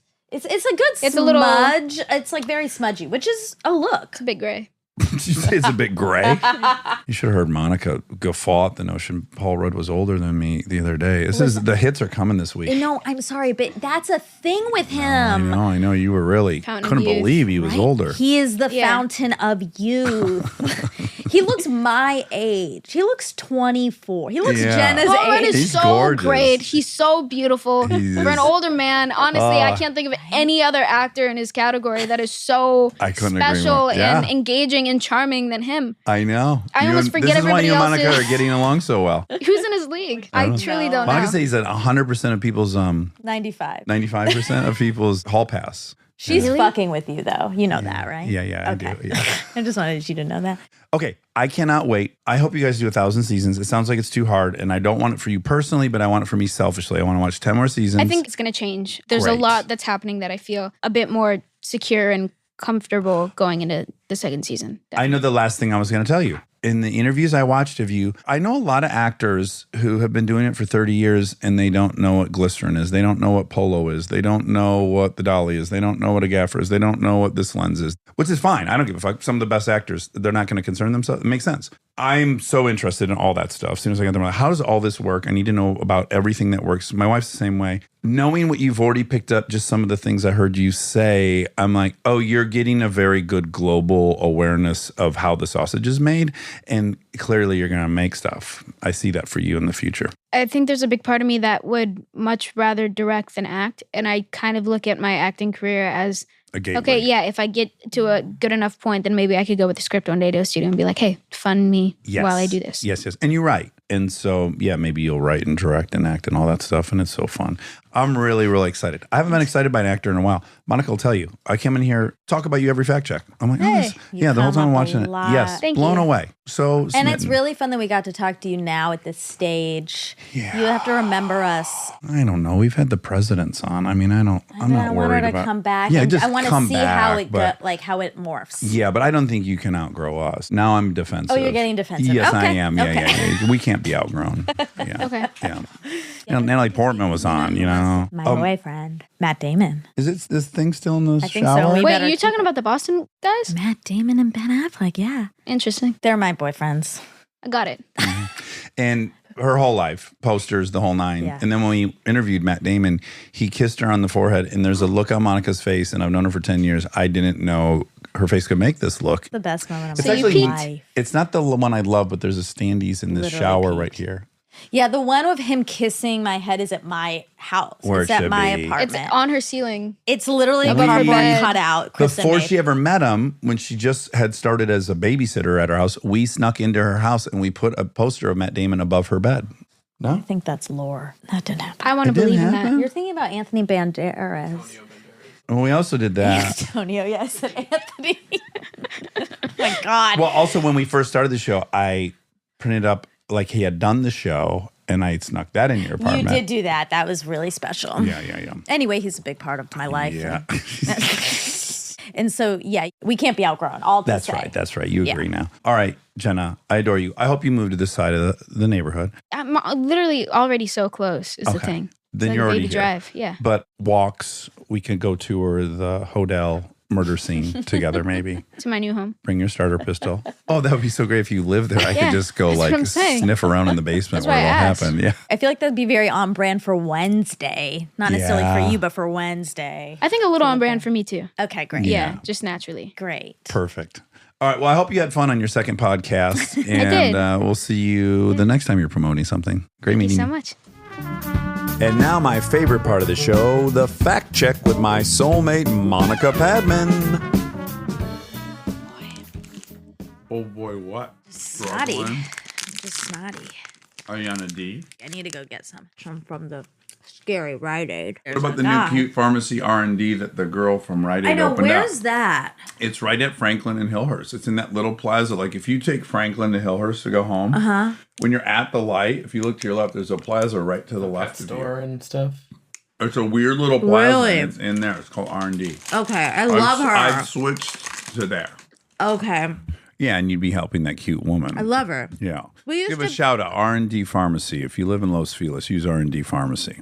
We love the pharmacist. We had a beef, her and I. You did? Oh my God, I didn't know that. We were enemies for like 4 hours. Over what? This is years ago. Okay. I had to pick up prescriptions Mm-hmm. for Kristen. Maybe you. I don't remember. Something was happening where she wouldn't like, Release do them it. to you? Yes. Mm. And I was panicked and also like, this is my job and I don't, whatever. So we were in a beef, Okay. but we became fast friends. Oh, now I that's- love her. Oh, that's the best kind of friends when she you loves started. me. She helps me out. And then she left that Rite. Well, that Rite Aid closed down. That Rite Aid closed down. I think they moved her out somewhere further. And then she started her own thing, R&D. R&D. Hillhurst and If you Franklin. live in anywhere in Los Angeles, that's where you should go. Even if you live in Nevada, Yeah. you should use R&D. Exactly. Rosalind. Yeah. Yeah, Rosalind. Rosalind? How do you know that? Their website has her picture. on it. Oh, you're so fast. We're both still sick. You more than me. I'm a week ahead of you, luckily. I can tell you have it worse than me. Well, I'm annoyed because when you asked me last, you were like, is your nose just running like crazy? And I said, no. At that time, it wasn't. And now it is. And then it started, and I should have been on the other end of this sickness, like getting better, and it got worse. Yeah. Mine started too. Yeah, I mean, you also said Natalie had it, right? Yeah, she's better. Vincent's now been sick for It's Couple going years. around the city. 2 weeks. It was snowing in LA yesterday, so of course everyone's sick. Yeah. Lucky, brilliant mechanic to the stars. He's on a bunch of Motor Trend shows. He works on my 454 SS. Thank God. He's so talented. Uh-huh. And he sent me a picture of my truck, and it was completely covered in hail in torrents. Then I got all nervous that the hood was all dented up, but then I just examined it because it's back and no denties. Beautiful. But yeah, in LA, the truck covered in ice. What? I'm not okay with I've that. been making the joke the last 2 days. It's a funny joke for me, but also I said, if the world it just ends in 2 months, I'm not going to be entirely shocked. Like if it just keeps getting worse, because we're all just kind of acting here in LA like, 75-mile-an-hour winds. Yeah, okay. Well, those don't exist in LA. No. And we're just like, now that we're on day 4 of it, you're like, oh, right. I mean, we're driving home last night from the Hansons, and there's a tree down in the middle of Franklin by that 76 saw gas station. Yeah. Crazy. I know. Yeah. Snow in Snow Los in Angeles. LA is not It feels like a biblical exactly. warning. Yeah. It's the plagues. It's The when hell freezes over. I mean, it's locusts. literally all of those things. Yeah. And although it is a joke, I did think, well, this was what it'd be like if there was like an Armageddon. You're just adjusting really quickly. Yeah. And I can imagine like at what point you look up and there's just like fireballs flying. You're like, oh God, now we got fireball. Like, I know. You get used to it really quickly. It's true. Yeah. I think the end will be kind of not as panicky as you would have predicted. Oh, that's interesting. Yeah, you're just like, oh, wow, there's that, and there's that. Well, it's getting pretty serious. I think, this might be the end. I think that's all it's going to be. That'd be great. Yeah. That would be great. Yeah. I went to bed at 8. Last night. Yes. But then What happened? I woke up at 9:30 and I got really nervous. I was like, oh no, my body thinks I just took a nap, even though I was going to sleep. Panic that you weren't going to be able to fall back asleep. And I ended up falling back asleep at like 11:15, 11:30. That's a while. 2 hours and thinking you're not going to go back to sleep. Yeah, I put a podcast on. Nobody's listening. Oh. My favorite podcast. Does that keep you awake or put you to sleep? Both. That would keep me awake. I got to listen to something pretty boring. No disrespect to Ron, sure now. Not boring, it's not the right word. Dense. I got to listen to something dense. Do you want to know the truth? Yeah. I had already listened to it. There we go. So that helps. It wasn't. Actually, I watched it. Now they're doing YouTube Oh, okay. videos. And then I got it in my head yesterday. I was like, oh no, now I have to watch it on YouTube and listen so that they get both view, download, whatever it is. The metrics need to count twice. Uh-huh. And so I did do that. Wow. You're a true fan. I Loyal. am loyal to the end. Loyal. Yes, I am. They combine those metrics for. I thought maybe, but just in case. Although what's weird about that is they have different prices per PCM. Video CPMs are lower. CPM. That's I can so never. it's better for me to listen. Yeah. Yeah. Okay, that's More good. valuable. That's good to know. That's good for everyone to know. Great value. Really helpful. Thank you. Rob brought me my hot water. You should transfer it to that gold one. I know, but I don't like it when it's too hot. Oh, okay. Then you should keep it. Oh, It's 212 degrees. oh, wow. Now, I don't ever want video, but God, I wish we had video for that moment just now. That was a fucking John Candy spit take, like right out of a movie. I don't want it too hot. I literally I don't want said to. it. And then your whole body Because this jumped. felt cold. Sure. Wow. Okay. Well I just insulated. burnt my mouth. Pretty severely, it looked like. Your skeleton jumped out of your exoskeleton. Wowie. What else is going on? Wow. I similarly was very exhausted last night. This never happens. I fell asleep while watching TV. Ooh. Yeah, which is nice. I slept hard. And then when my alarm went off at 7, I decided just to keep sleeping. Yeah. But I only went 12 more minutes because ultimately I get up and journal and meditate before I drive the kids to school. But it's rare that I have that feeling where like, oh, I think I could have gone to 9 or 10. And that was this morning. I think I could have gone to 9 or 10. Yeah. But no, we went to school. We had a little drop off. Nice. The big old fight in the morning. Uh-oh. Yeah, I had to comfort everyone and What get everyone back happened? on the track.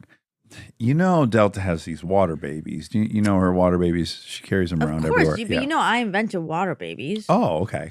OWB. Original water baby? Yeah. Okay. Yeah, because I used to fill up mine were of the bags at my grandma's house that you get at the grocery store where you put your produce, like you tear it across. Aren't those real leaky? Yeah. Yeah. No, well, you High know, risk. Delta uses surgical gloves. She does, And yes. she's at any given time, she has 9 to 10 water babies. They're all over the house. They break all the time. You know, it's She tries to tie the leaks up. and she does. Sometimes yeah. it works, which I'm pretty shocked. Yeah, I think ultimately she may go into some kind of patch repair work. Yeah. You know, Or surgery. that too, I guess. Oh, I mean, it runs in the family, kind of. Yeah. That was a compliment to you. Thank you. So I think Delta had some business with her water babies in their shared bathroom, and she had all the lights on. Oh. And then Lincoln had something about she can't see herself in the mirror with one of the lights on. So she came in and turned it off. Okay. And then Delta, she's a hothead.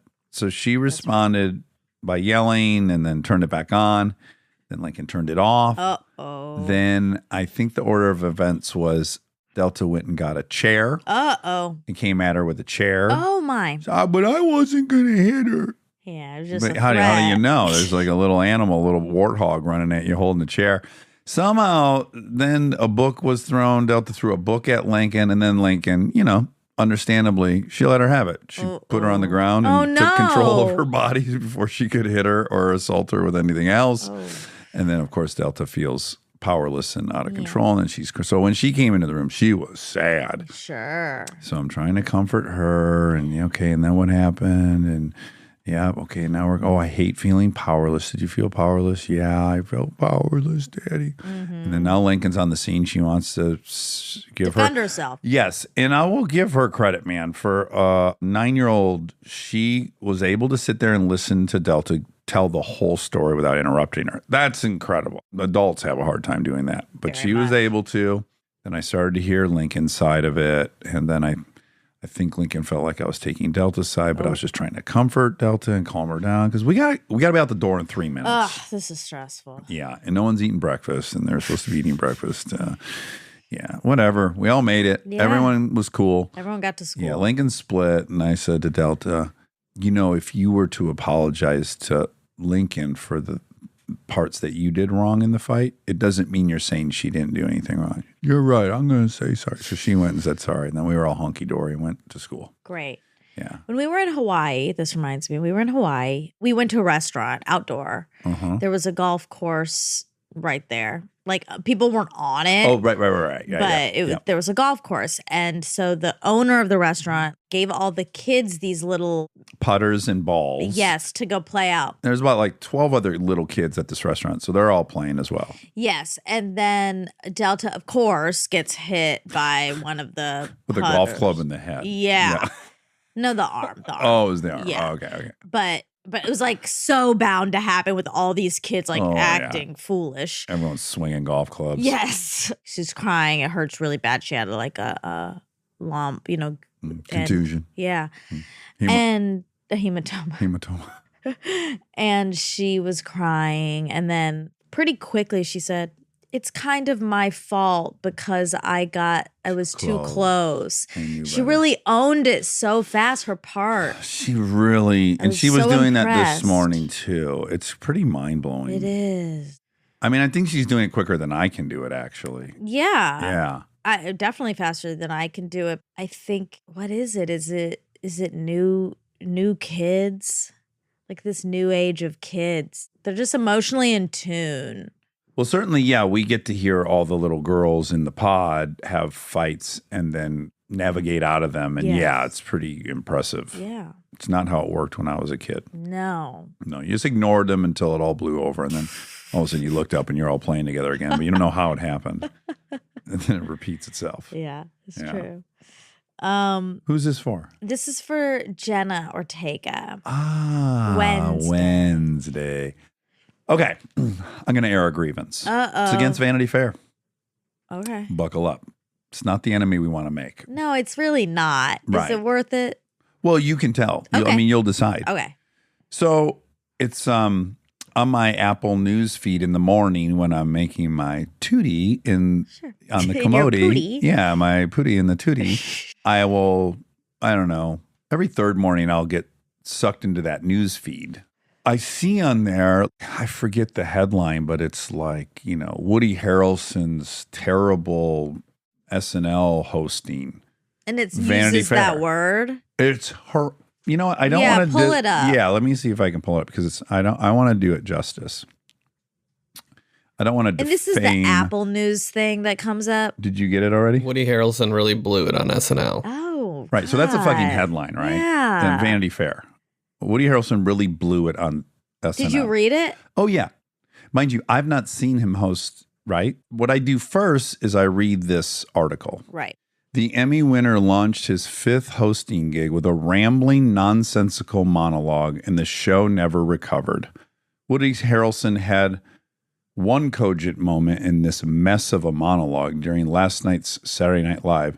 In one of the thousands of tangential asides, he described telling a friend, True Detective's Nick Pizzolatto, whom Harrelson visited in Austin the week prior and is a meat eater, and none of this mattered to the monologue, but is an example of how windy the 7 minutes was, how he starts smoking pot around noon and then gets progressively dumber as the day goes on.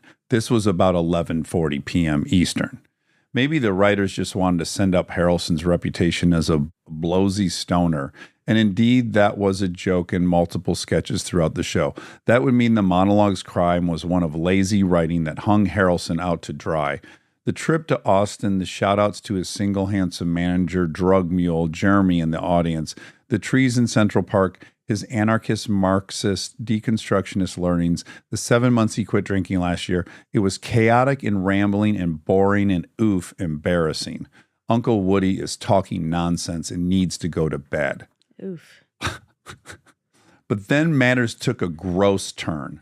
That VW flower-stickered bus of thought all led up to his punchline about this unbelievable script he read 3 years ago. Get this, the largest drug cartels in the world have bought all the media and politicians. In doing so, they are able to convince a vulnerable human race that it's in danger and needs to quarantine for its survival.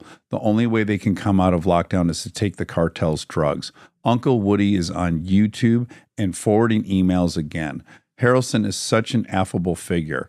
His blue eyes swim with good intentions, but talking to the stage to float conspiracy theories disguised as provocative humor is both intellectually dishonest and tedious.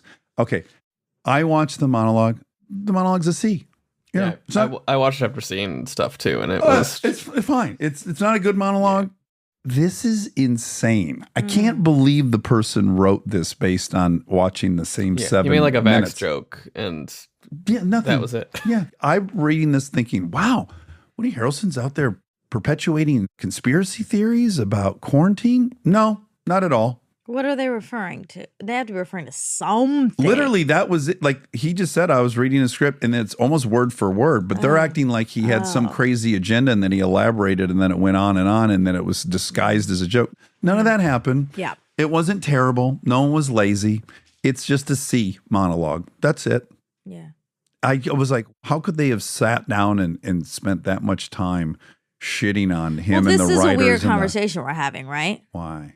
It's a circular conversation, and that I totally agree that's why would you write that? Well, it's just But not, I also then we're gonna do the same thing right now to them. They're criticizing that monologue, right. and we're about to criticize what they wrote about that monologue. Yeah. Well, You know I what I wouldn't mean? say I'm saying I'm here to defend Woody Harrelson Okay. and the writers of SNL. I haven't gone to look at this writer. I haven't said their name. I haven't gone to look at their stuff. I'm not critiquing what they wrote. This person, either they really think that, which is they shouldn't be reviewing monologues because it's really just an innocuous monologue, truly. Right. Or they are really shamelessly clickbaiting, which worked. Because I saw that. Right. I'm like, well, what did he do? Did he pee his pants? Did he fall down? Did he Right. go up on his lines? Was it silent for 4 minutes? I mean, blew it on SNL is such a claim. It is. Yeah. So I think it's different in that I'm defending somebody. I get that. Yeah. I'm not sure what valiant thing this person was doing, protecting the integrity of. I'm not- I'm not sure. No, it's not. I don't know. I don't know. You can let it rip. I there's nothing to say other than I think that's really shitty what they did. Mm-hmm. So then I don't want to then do that. I don't want to say anything about her because I don't Mm-hmm. want people to read that because I do think that's not healthy. That's like not a good thing to be out in the universe. That, Yeah. Why? Like why? Why write an article about that? I mean, I'm sure maybe she had to. Like, I don't know what's happening. Like I don't know if they are told they They have to wait write till they see this something and- they don't like and then write about it, or they're assigned I'm to like saying you got to exactly. cover SNL as your beat. And so then she had to like pick She had to have a pick takeaway. something. I don't know, but I Well, because that I could. Then I can empathize with her or him by saying there's really nothing you could write about it. Again, it was a C, Right. so you can't say it was great. You can't say it was terrible. You can't say he blew it. You can't say he's a conspiracy theory. Like Yeah. all this is. a lot. It's such a stretch. It's quite a reaction. It's a very extreme review. Sounds extreme, yeah. I know what you're saying. Like, okay, so now they were mean to him. Now we're being mean to them. But part of me also feels like there's no criticism of criticism. Well, there's So plenty of criticism They're the last. against the press. They're the last word. Well, no. But where does it exist? What magazine's reviewing? Twitter. I mean, everywhere. That's Twitter. like yeah. there's tons of. We can't say that the press doesn't get criticized because that's like what has been happening for the past however many I'm saying years. reviewers. I think it's okay to call out that the industry, as a result of the marketplace and the click Yes. economy, that when they're just blasting people and fucking up, I feel like someone needs to go, you guys are way off. I mean, the fact that it's in Vanity Fair is fucking embarrassing to Vanity Fair. Vanity Fair is a fucking excellent magazine. It has know. been forever. This is so low. I mean, this should be in Star. Right. I do agree. Like Yeah. that's a weird. God, I do that opens up a broader question about magazines and these illustrious ones that I do feel have maybe they feel that they have to stoop to some other levels now because there's so much out there and there are so many headlines and like nice headlines don't get attention. No, I think that's the truth. it That's what I said. I think they're sadly responding to a marketplace force, which is Yeah. unfortunate. But at the same time, we have to fight back against it. Yes, the New I York Times agree. can't respond to market forces. News can't respond to market forces. Or we have exactly what we have. Fucking CNN, which is like the Bible of the left, and then know. Fox News, the Bible of the right. And no one has any sense of know. what the fucking real truth is. But it is hard because they have to make a profit. It sucks. I really don't know what the answer is. Yeah. Some of my favorite articles I've ever read, that one written about the trader that became The Yeah. Big Short, that became a great movie. Like that starts in Vanity Fair. Yeah, so it just bums me out to see. I Like, hate to remind you about something else Vanity Fair did. oh, what they do. That's the Hassan thing. No, that was GQ. I'm pretty sure it's Vanity Fair lie detector. Oh, is it? I'm pretty sure. Yep. That Oh, is wow. Vanity Fair. Oh, God. Okay. Yeah. I know. Oh, wow. I know. Well, I'm still going to defend that they were a really great Yes, magazine. I used to have a subscription. I'm not I was in there was an article about me in Vanity Fair. How'd and you fare? I fared vainly. Vainly. No, I thought a beautiful That was the article one about that me. Adam had commented for? Adam Grant. Is that the one? Adam did comment. Rob commented. Yeah. That's written by Maddie Kahn, though. So, like, and she's not at Vanity Fair. She, right. like, She's not a staff writer. She's yes. a contributor. Yes. She has a great book that just came out, too. Anyhow. Yeah, I guess you add in that Hassan thing. It's like, what is Vanity Fair asking him how hot other guys are? That does not feel like Vanity Fair. That's their, like, Digital. That's like their digital team. Yeah. Yeah. It's all become that, too, where you need, like, these, like, YouTube social videos, videos. And yeah, so they'll blame the marketplace. And then I guess we have to acknowledge that that's a real force. true. Yeah. Mhm. But do I wish there was integrity? Yeah, I do. Mm. All right. So It's like speaking of shitting on people, I'm about to. Oh, no. After we just did this, I want to play the Laura Ingraham clip. Oh, okay. To be honest, Well, I how you just can do it don't without think- shitting on it. You're just presenting something. It's like there's no editorial. Just Okay. here's the thing that was referenced. Okay. You know, I was watching an episode of You where measles came up. Wait. When did I mention measles? I don't know. It was on You. Wait, what was on me? What are you talking about? Right? What, is Raymond even hearing what I'm and the saying? I vaccine never had the episode measles. was on You. We never did a measles and vaccine episode. Is this a joke? I know. don't even know what you're talking about. It was on You. It was on You. I've never had measles. What are you talking about? This is stupid. It was an episode of a show, Laura. What's it called? You. What is he talking about? It's called You. I've never done a show on measles. I just completely give up. We gotta get It's out a of show it. I give up. called You on Netflix. There's a show called Laura Ingraham on Netflix. What are you Never talking mind. about? I'm moving on to Adele. I can't explain this to you. What are you The talking pop about? singer had an Oprah. What are you talking about? Oh my God. It's just like one of the best. Oh, it's a real life Who's on First. It is. It Yeah, is. Some it's pretty people great. thought it was made up, but I don't think she's good enough of an actress to be able to Well, that's pull that editorial. I think she's a great My actor. opinion, I'm on. Okay, I guess. Do we think if in that Vanity Fair article Yeah. they had said, "In my opinion," would you have cared as much? I think it's implicit that it's Right. that's a great thing. No, I mean I know it's their opinion. Yeah, exactly. Yeah. Yeah, so great. So yeah, it's in your opinion. What I would say is you are very bad at being critical or debriefing on something. For me, if somebody says "in my opinion," I give a lot. I mean, I don't think you can say "in my opinion" in a Vanity Fair article. Like that'd be kind of stupid. Yeah. But I give a lot of leeway for that phrase because too. everyone does have an opinion. Yes, and it's a nice way to say like I'm not saying this is the facts. I'm just saying Yes. this is how I received it or interpreted it. Yeah. Yes, I love that in casual conversation. But when your job is to critique yes. television and you make an enormous mountain out of what was barely a molehill, I Yeah. just would argue you're not very good at that job. Right. Okay, we talked about earthquakes and Wait, who is this again? Jenna. Oh, right. Oh, Jenna Ortega. Wednesday. Yeah, I got way off the path. I was still fresh about defending Woody Harrelson. Yeah. Okay, speaking of that, so are you saying because it pops up on your phone, right? Uh-huh. Yeah. The news stuff that pops up on my feed Yeah. is so stupid.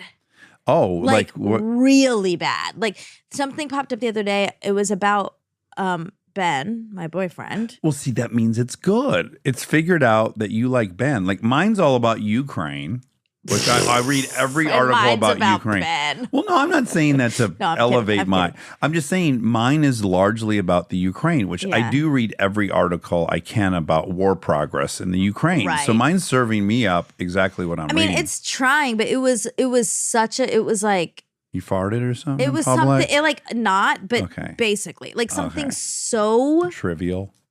asinine. I'm like, someone took the time to write this and now it's up on my feed as if like it's important. It shouldn't be on the news feed. Here's what I'm going to be even more clear. Okay. This is actually what I really dislike about that Vanity Fair thing. Is most people I'm imagining saw it in their news feed like I did. They read the main quote that says Yes. Woody Harrelson really blew it on SNL. They don't read the article, Exactly. nor do they go watch the clip. Yes. And so now they literally are out in public and there's I know. conversation and it's like, yeah, I heard he really should. And a bunch of people are just agreeing now. It becomes Yes. consensus. No one's actually seen it. That's what I don't like. I agree. Is that the fucking headline is everything. I know. I agree. I mean, it's been a huge issue for so long. Was it his parallel parking crisis? Yes. Oh my God, what happened? Something about it took him a Struggled to- long time to parallel park. Oh, Like, this is such a waste. And also, like, leave him alone. Leave him alone. It's taking him a long time to parallel park. I told you this, right? What the fuck? You know this story.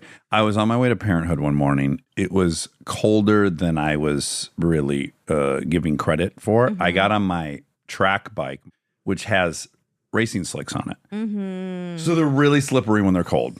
And it was colder than I was anticipating. I made a 1 mile an hour turn off of Hobart onto Franklin, and then the back tire just completely went out.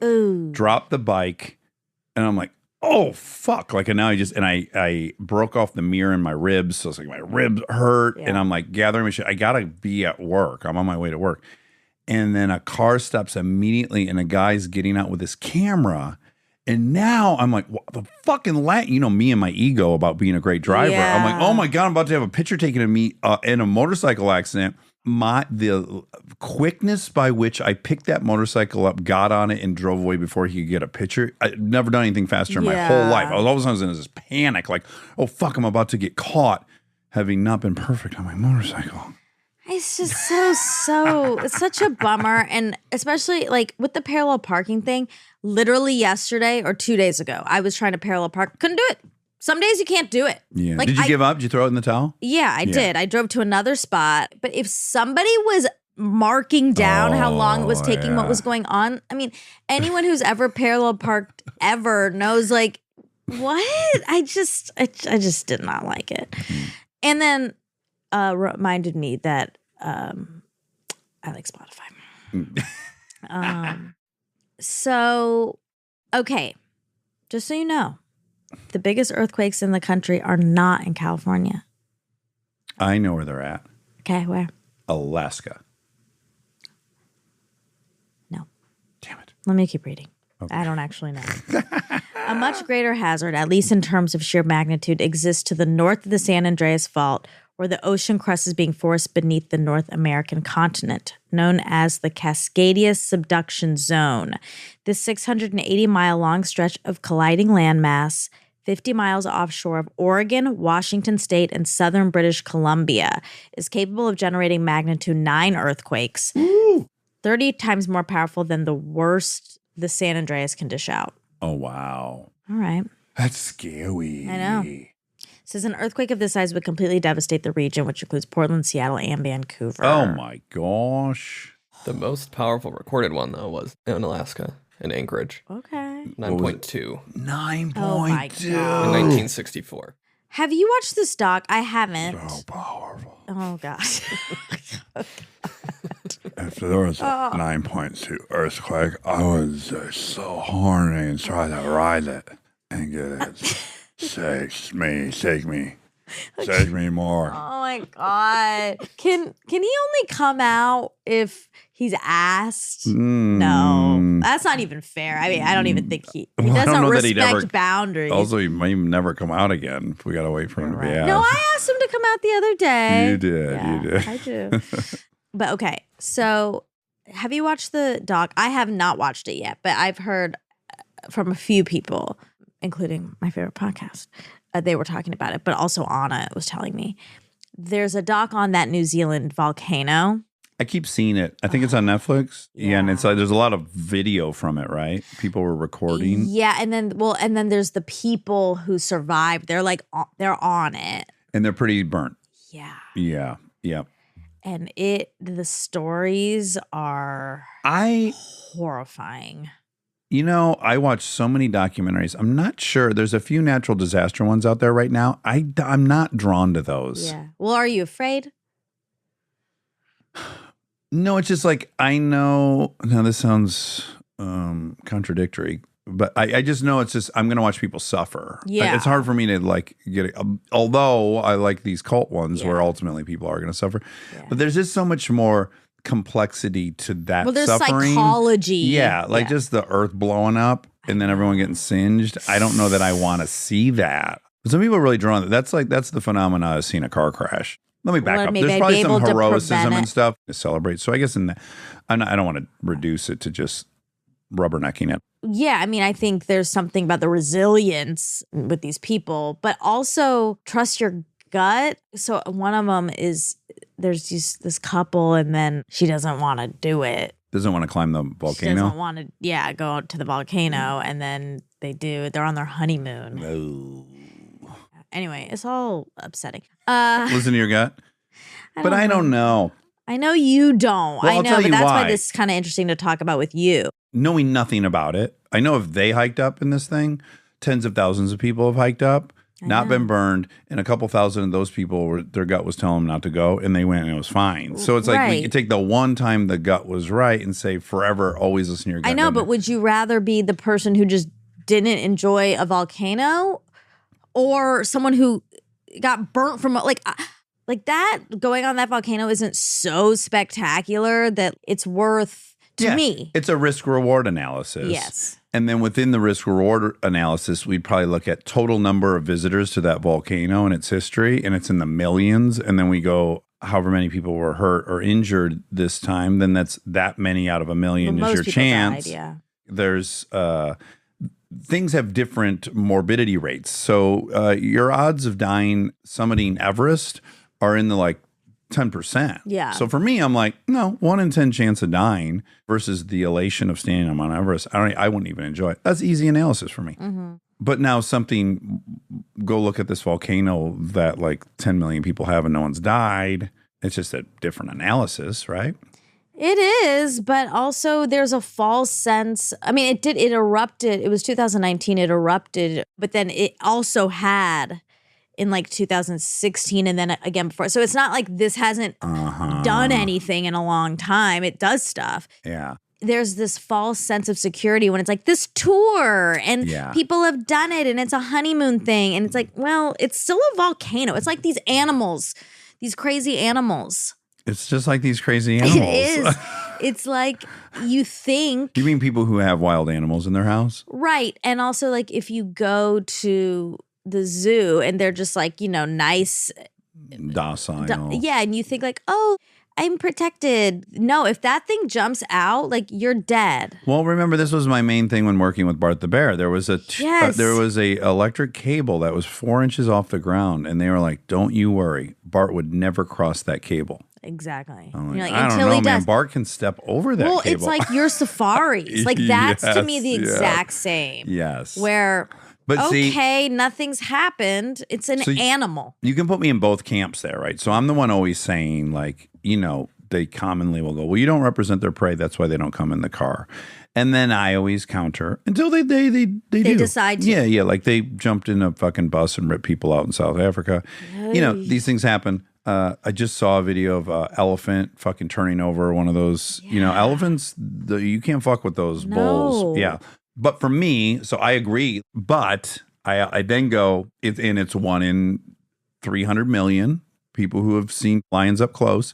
I value seeing a lion up close. Right. Not way more than I do seeing a volcano up close. Right. And then it just becomes like, on my trip on planet Earth, I would like to see a lion up close. I've been fascinated with them since I was a little boy, and I do want to sit next to a gorilla, and that has some probability of malfunction, but it's just all how bad you want to do the thing. It's just, I guess. I mean, I can't say because I just have I have no desire to do any of those things. But a lot of it is, though, in the framing of it, because I don't know. I'm speaking out of my asshole here, my asshole lips. It's conceivable that your odds of getting hurt on that volcano were less than your odds of getting hurt in a car accident. Yeah. And you deem going to Maru worth it. I walk. Okay. But, anywhere you drive your car. The mall. Yeah. Yeah. It's so we do compartmentalize risk and morbidity rates because some things we decide we've got to do. Some things we decide we want to do bad enough. Yeah. So it's not like objectively what the number is either. No, it's not. Yes, we move through life with a level of risk always. And a lot of things we do are a lot riskier than the other things that appear to be risky. Yes, That's another weird. Like flying versus driving. I mean, that's like everyone's afraid of flying, but like it's impossible no one, to die. Yeah, no. Well, God, nah. Oh, knock, knock, knock. I knocked. I understand that, and I have acceptance around that. You have to if you're going to live like a semi-normal life. Yeah. But the extra, I guess there's just levels of people, levels and tiers. And I am. And what you want to do in life. Like a lot of these Yeah. adventurous things don't interest you at all. Being on a motorcycle all. dragging your knee doesn't at all appeal to you. So you're No. like, why on earth would you do this thing Yeah. that has a 5x rate of death than driving Even a like car? when we went to Hawaii and zip lining. Yeah. Are we all going to go zip lining? No, I'm not going to go zip lining. Because you wouldn't enjoy it. We get the three of us got a huge thrill out Yeah. of sailing through the air next to trees. That to you doesn't even sound, the reward isn't even rewarding for you. Right. You I don't mean, even maybe I desire would have that. loved it, maybe. Yeah. But I also don't have that thing of like, but I might like it. I don't know. I should Right. try it. Like, But you've been, to counter you a little bit, you've been forced to do some things with me that you wouldn't have otherwise, like going in the sand car and jumping I off love the that. top of a sand dune. Yeah. You wouldn't be sitting at home going like, why would someone need to go jump off the top of a sand dune? I don't even get it. yeah. And then it's a little bit shocking that, this is really fun and weird. And Yes, but part of that has to do with trusting you and just wanting to be on a vacation with everyone, like enjoying people's time and company. And then, this comes with it. Oh, that's fun. I trust Dax. I'll be in. But Yeah. I'm never in that sand car like, I want to try driving this. right. Zero. Well, yeah. I think And that's some of the other good. girls, or everyone, a lot of people are like, I'd want to like know what this is like. I just do not have that. Right. It's Right. kind of weird. But you'll be in camp, so you're with everybody. You got the thing you wanted. And then when it's who wants to go for a ride, you often want to go for a Yeah. ride. Yeah. So you do Right. like it on Yeah. top of just the being out there with I everyone. do. Oh God. Do you not like it? No, I love it. Yeah, I don't know. Everyone has different levels of that, I guess. I get that from cooking. A lot of people would watch you flying up in the air, getting caught by your pussy. And be That's like, what the on only- earth is that's the going on? only Who needs to be in the air that long and then be caught by their pussy?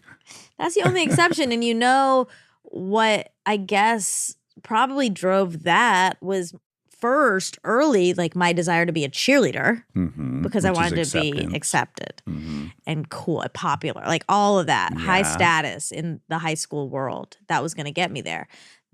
And then when I got there, then I was obviously going to be a flyer because I was so small, but I wasn't, oh my God, I'm so excited to do fly, this. yeah. I was so scared. Yeah. And then I felt You're like I was doing it, you're not accomplishing scared, stuff. yeah. That part was also greater, Mm-hmm.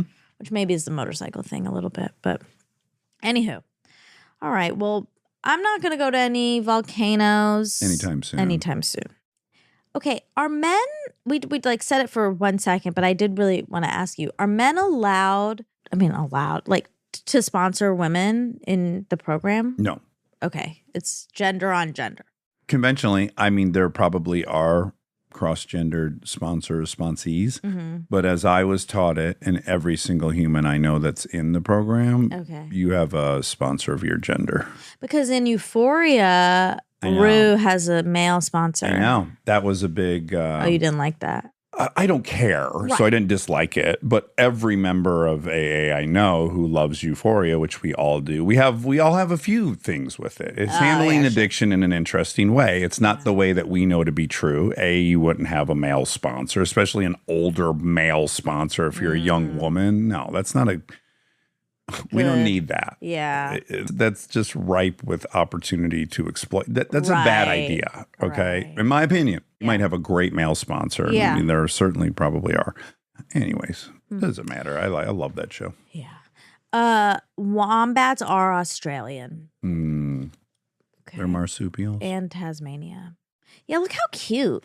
They're the cutest. I told you, I saw like a family of 4 of them come out of the woods, and I was like, oh my God, there's Ewoks. There's Ewoks over there. They're really cute. They look This just like one's Ewoks. so cute. Oh, yeah, they are stupid cute. But this is like when David got bit by the squirrel. Just because he's cute, don't put your finger out there. Well, what are infamously mean are those koala bears. They attack people all the time. And They'll, they're so nice. they'll get hit by a car. I guess the popular thing that happens in Australia, they get hit by cars all the time. Oh, Then someone sees them on the no. side of the road and they're injured and they try to help them and they claw the fuck out of them. Oh my God. Yeah. Yikes. Okay, the Black Dahlia House. It's called the John Soden House, Mm-hmm. also known as the Jaws House or the Franklin House. Okay. Built in 1926. It's Lloyd not the Wright. Mayan house. Yeah, it's his son. Lloyd Wright. She was going to buy it, right? She said she Yeah, wanted to she buy was it. interested. Oh, this is ding, ding, ding to New Zealand. Volcano. Oh, and we talked about New Zealand. Wow. I didn't even mean to do that. I have something to tell you that I don't know if I even should. Oh, boy. Well, now I got to hear it. I think it's going to break your heart. Okay. I don't think soft-boiled eggs are exclusive, like are as much of a thing in New Zealand as you want them to be. I could call Seth Green right now and he could confirm exactly what I I'm think saying. you guys had a heavily soft-boiled egg Did you experience. ask David Ferrier? Yeah. And what did he say? This is not. He said he doesn't get it. Okay. And also That's okay. in this episode you said poached egg, but you meant soft-boiled. No, I mean poached. That's where it's like, yeah, I mean poached. Okay, well those are two different things. And you used to say soft-boiled egg on everything. Okay. And then I'm going to look up a picture of poached egg. Poached egg. It's like a soft boil with a runny yolk. no, I mean a poached egg. It's a Yeah, style of. that's what I think is on every salad there. Okay, that's Poached a poached egg. Yeah, that's what I think is on there. Okay, so you used to say soft-boiled egg, Oh, okay. and That's not what I meant. I mean a poached egg. okay, that's different. So Oh, okay. maybe there is poached eggs. They're so good. Look at the pictures I of love a those. poached egg. I was in a spell where I would make them all the time. Yeah. I love them. God, they're Soft boiled is you put them in those cups. Uh-huh. They're in a cup, and you like crack the top. You take off the top. It's Oh, it stays in the shell? it stays in the shell. Oh, no. So runny. Dip like bread pieces in it, and I mean I also love a soft boiled egg. I had one at French Laundry, and they sawed the top off so amazingly clean. And then we had a mother of pearl spoon. It comes with it. You just have this one mother of pearl spoon. It was amazing. So good. Okay, so you're talking poached, which now I got to go back to David because Okay. that could be a thing. Well, I don't even know how you'd put just what you just described. I don't know how you'd put that on a salad. Well, that's why it never made sense to me. Yeah. Poached. Okay, we talked about Romania. I just wanted to shout out Romania because I used to want to go there, you know. Used to. I want to go there more now than ever. Really? Mm-hmm. There's a whole area around the Aegean Sea that's supposed to be like the place. It's so Europe, but no one really goes. Oh, cool. Yeah, there's supposed to be a lot of great ports and stuff along there that I want to check out. Well, when I was obsessed with the 1996 Olympics gymnastics, the Romanians were so good. They were my second favorite team, and I was obsessed with them. And then I asked my mom if we could go to Romania on a trip. I really sincerely.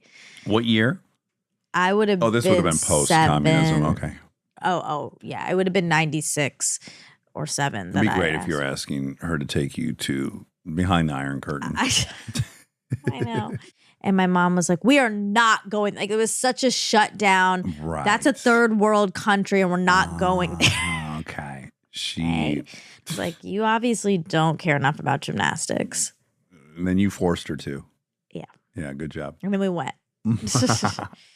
That's really it. I have a couple more bullet points, but I loved Jenna. Mm-hmm. I love her. I'm so excited to watch her career unfold. It's so exciting, even though we feel bad everyone's excited and they're putting pressure on her. I don't want to be one of those people, as we discussed. right. But I will say that experience was the first huge shock to my age, where I was like, wow, she and I have almost no common references. Yeah. We don't know any of the same actors. We don't know any of the same musicians. I had that real like, oh, wow, okay, this generation that's the fully adult, I'm watching their work. Yeah. There's a big gulf between me now and also still adults. Right. Yeah. It's weird though because it's hard to know if that's her. Right. Her favorite movie was Man on Fire. So like she Right. does have That's old curious. references. It's just she didn't know. I mean, when we brought up Ben and Matt, she said, "Oh, those Boston guys." So like, you know, that was hard. Yeah, how'd you feel about that? That was rough. Yeah. I also felt fine though, because I get that. Like, I don't know. I wouldn't take it personally. Well, I didn't take it personally. It was just a observation, which is inevitable. I know. You know, when I talk to 80-year-old people, they don't know what the fuck I'm talking about. I don't know what they're talking about. And that's the way hard it is. knocks. That's life. It is. I think in my, late 30s, I still felt like I could very much talk to a 20-year-old and have like enough to chat about on an airplane. Yeah.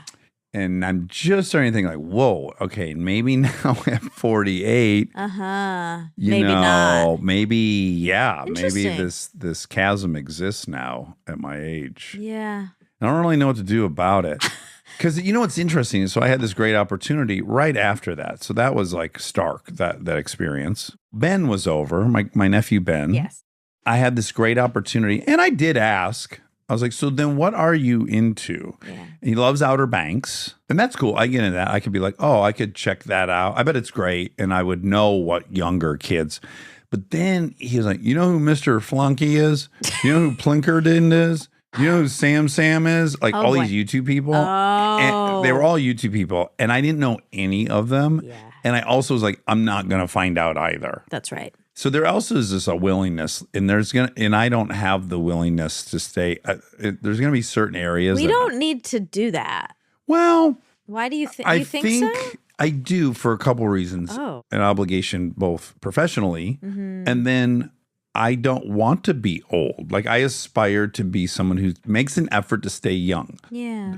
Whatever new technology comes out, I don't want to become illiterate in technology like some old people do. Yeah. I don't want to become illiterate in like pop culture and illiterate in what shows are being made. Like my mother's great about this. She's watching the same shows I am. Yeah. And you got to make an effort to do that. Yeah, that is really true. That's a good point. Because I don't want to like, when you're younger and if you have the inclination and desire, you could always connect with older people. I always was able to. Yeah. But as you get older, unless that young person's making a real effort to connect with you, you have to have some kind of offering to connect with them. Yeah. And I think most people just choose not to make the effort because it's not what they want to do. I don't want to watch a lot of stuff. But I do have a commitment to stay semi-connected to everyone that's of voting age in this country. I think that's evolved. That's evolved thinking. I think it's good to be connected to the youth. Like know what they're thinking. Yeah, I want to know what they're listening to and what they're watching. See, I don't know why I just don't think so. care. Like I don't need to watch YouTubers. Right. But then I watch Mark Rober, and he's incredible. But Mark's my age. Yeah. So that's different. It's not like these like young. Right. You have kids. You're Pranking gonna have people. You're gonna have like an A outlet. Foot. Well, I certainly have a foot in the 8 and 9-year-old space. Big time. But I do got to ask myself, like, I'm super into Lizzo, but I don't know how much I'd be into Lizzo without these two little girls because they're super into Lizzo. So it's played at the house. And then I realized the music's great, but otherwise I'm stuck in my auto suggest on Spotify. Right. I'm listening to Anderson .Paak radio. Yeah. I'm listening to Hall & Oates radio. Yeah. You know, being forced to hear it, I recognize it's fucking great. Lizzo's amazing. But, you know, I just don't know. Yeah. If I'm on my own to go discover this stuff, if I'm going to. Yeah. Who's this guy? Oh. There's a new character coming. I thought it was Frito, Sleepy Frito. I don't know who Frito is. Oh, how old are you? How'd I get in here? Do you know where the exit is? I can help you out. Will you need Who's assistance? Who's this on the radio? This Monica. My name's Monica. No, Plane. Plane. Monica, what the heck? Lizzo. Thanks, Rob. Oh. I thought I get confused. Rizzo. Sometimes with your characters, I get confused. Are Yeah, you what role talking are you to to- me? Yeah, I don't know. I know. I'm sorry. Yeah. I'm trying to figure it out sometimes as well. I'm with you. All right. That was a miss, but look, the robot was discovered here. So Sometimes they're hits. Of course. Yeah. Like you can't, I'm not, you, I don't want you to stop. You're not even asking me to. No, I want you to try it all out. It's a safe place. Yeah. All right. Well, that's all for Jenna. It was really exciting to have her on. We've been so obsessed with Wednesday. Yes. I dug her honesty. I think that's a new part of youth culture, Yes. which is really rad. Except I've listened to a few other young people on some other podcasts, and I do think sometimes they, and maybe it could just be their personality, but they seem like they have to act as if they have it figured out because they're on the radio, they're on a podcast or on a thing, and they need sound bites and they need to sound smart, and she didn't do that, and I really liked it. Yeah, it was very refreshing. Yes. She needed to shit her pants. Yes. I mean, if we really have to isolate a moment where I was like, oh, I love this person, it's her talking about shitting her pants. Yes. That feels new. When I was growing up and young actresses were on TV or on the radio, they didn't talk about shitting their pants. I can promise you that. Yeah, and I'll be honest, I got a little nervous that after the fact they were going to ask for us to cut that part, and they didn't. And I'm really glad because we all do it. Yeah. Especially when like we're Natalie sick. Portman, who I kept comparing her to. I saw every interview she ever did because I was obsessed with her. She never once talked about shitting her I've pants. never heard her talk about I would have exploded. I'm glad she didn't. It would have been too much. I'm like, oh, fucking, this girl's down. Damn, this girl's down. What do you mean down? She's just down. She's like down to earth. She's down to shit her pants. Down means down to earth. I don't think. She's Okay. everything. Yeah, she's down. I don't think you're down to shit your pants. I think it happens. I don't think you're making a choice like, you know what, I'm down. I'm no, down but just to she's shit my- down. She's down. It's a overall. Oh my God. Is that a She's young down. thing or an No, old that's thing? an old person thing, I think. Oh my God. All right. Yeah. All right. Love you. Love you.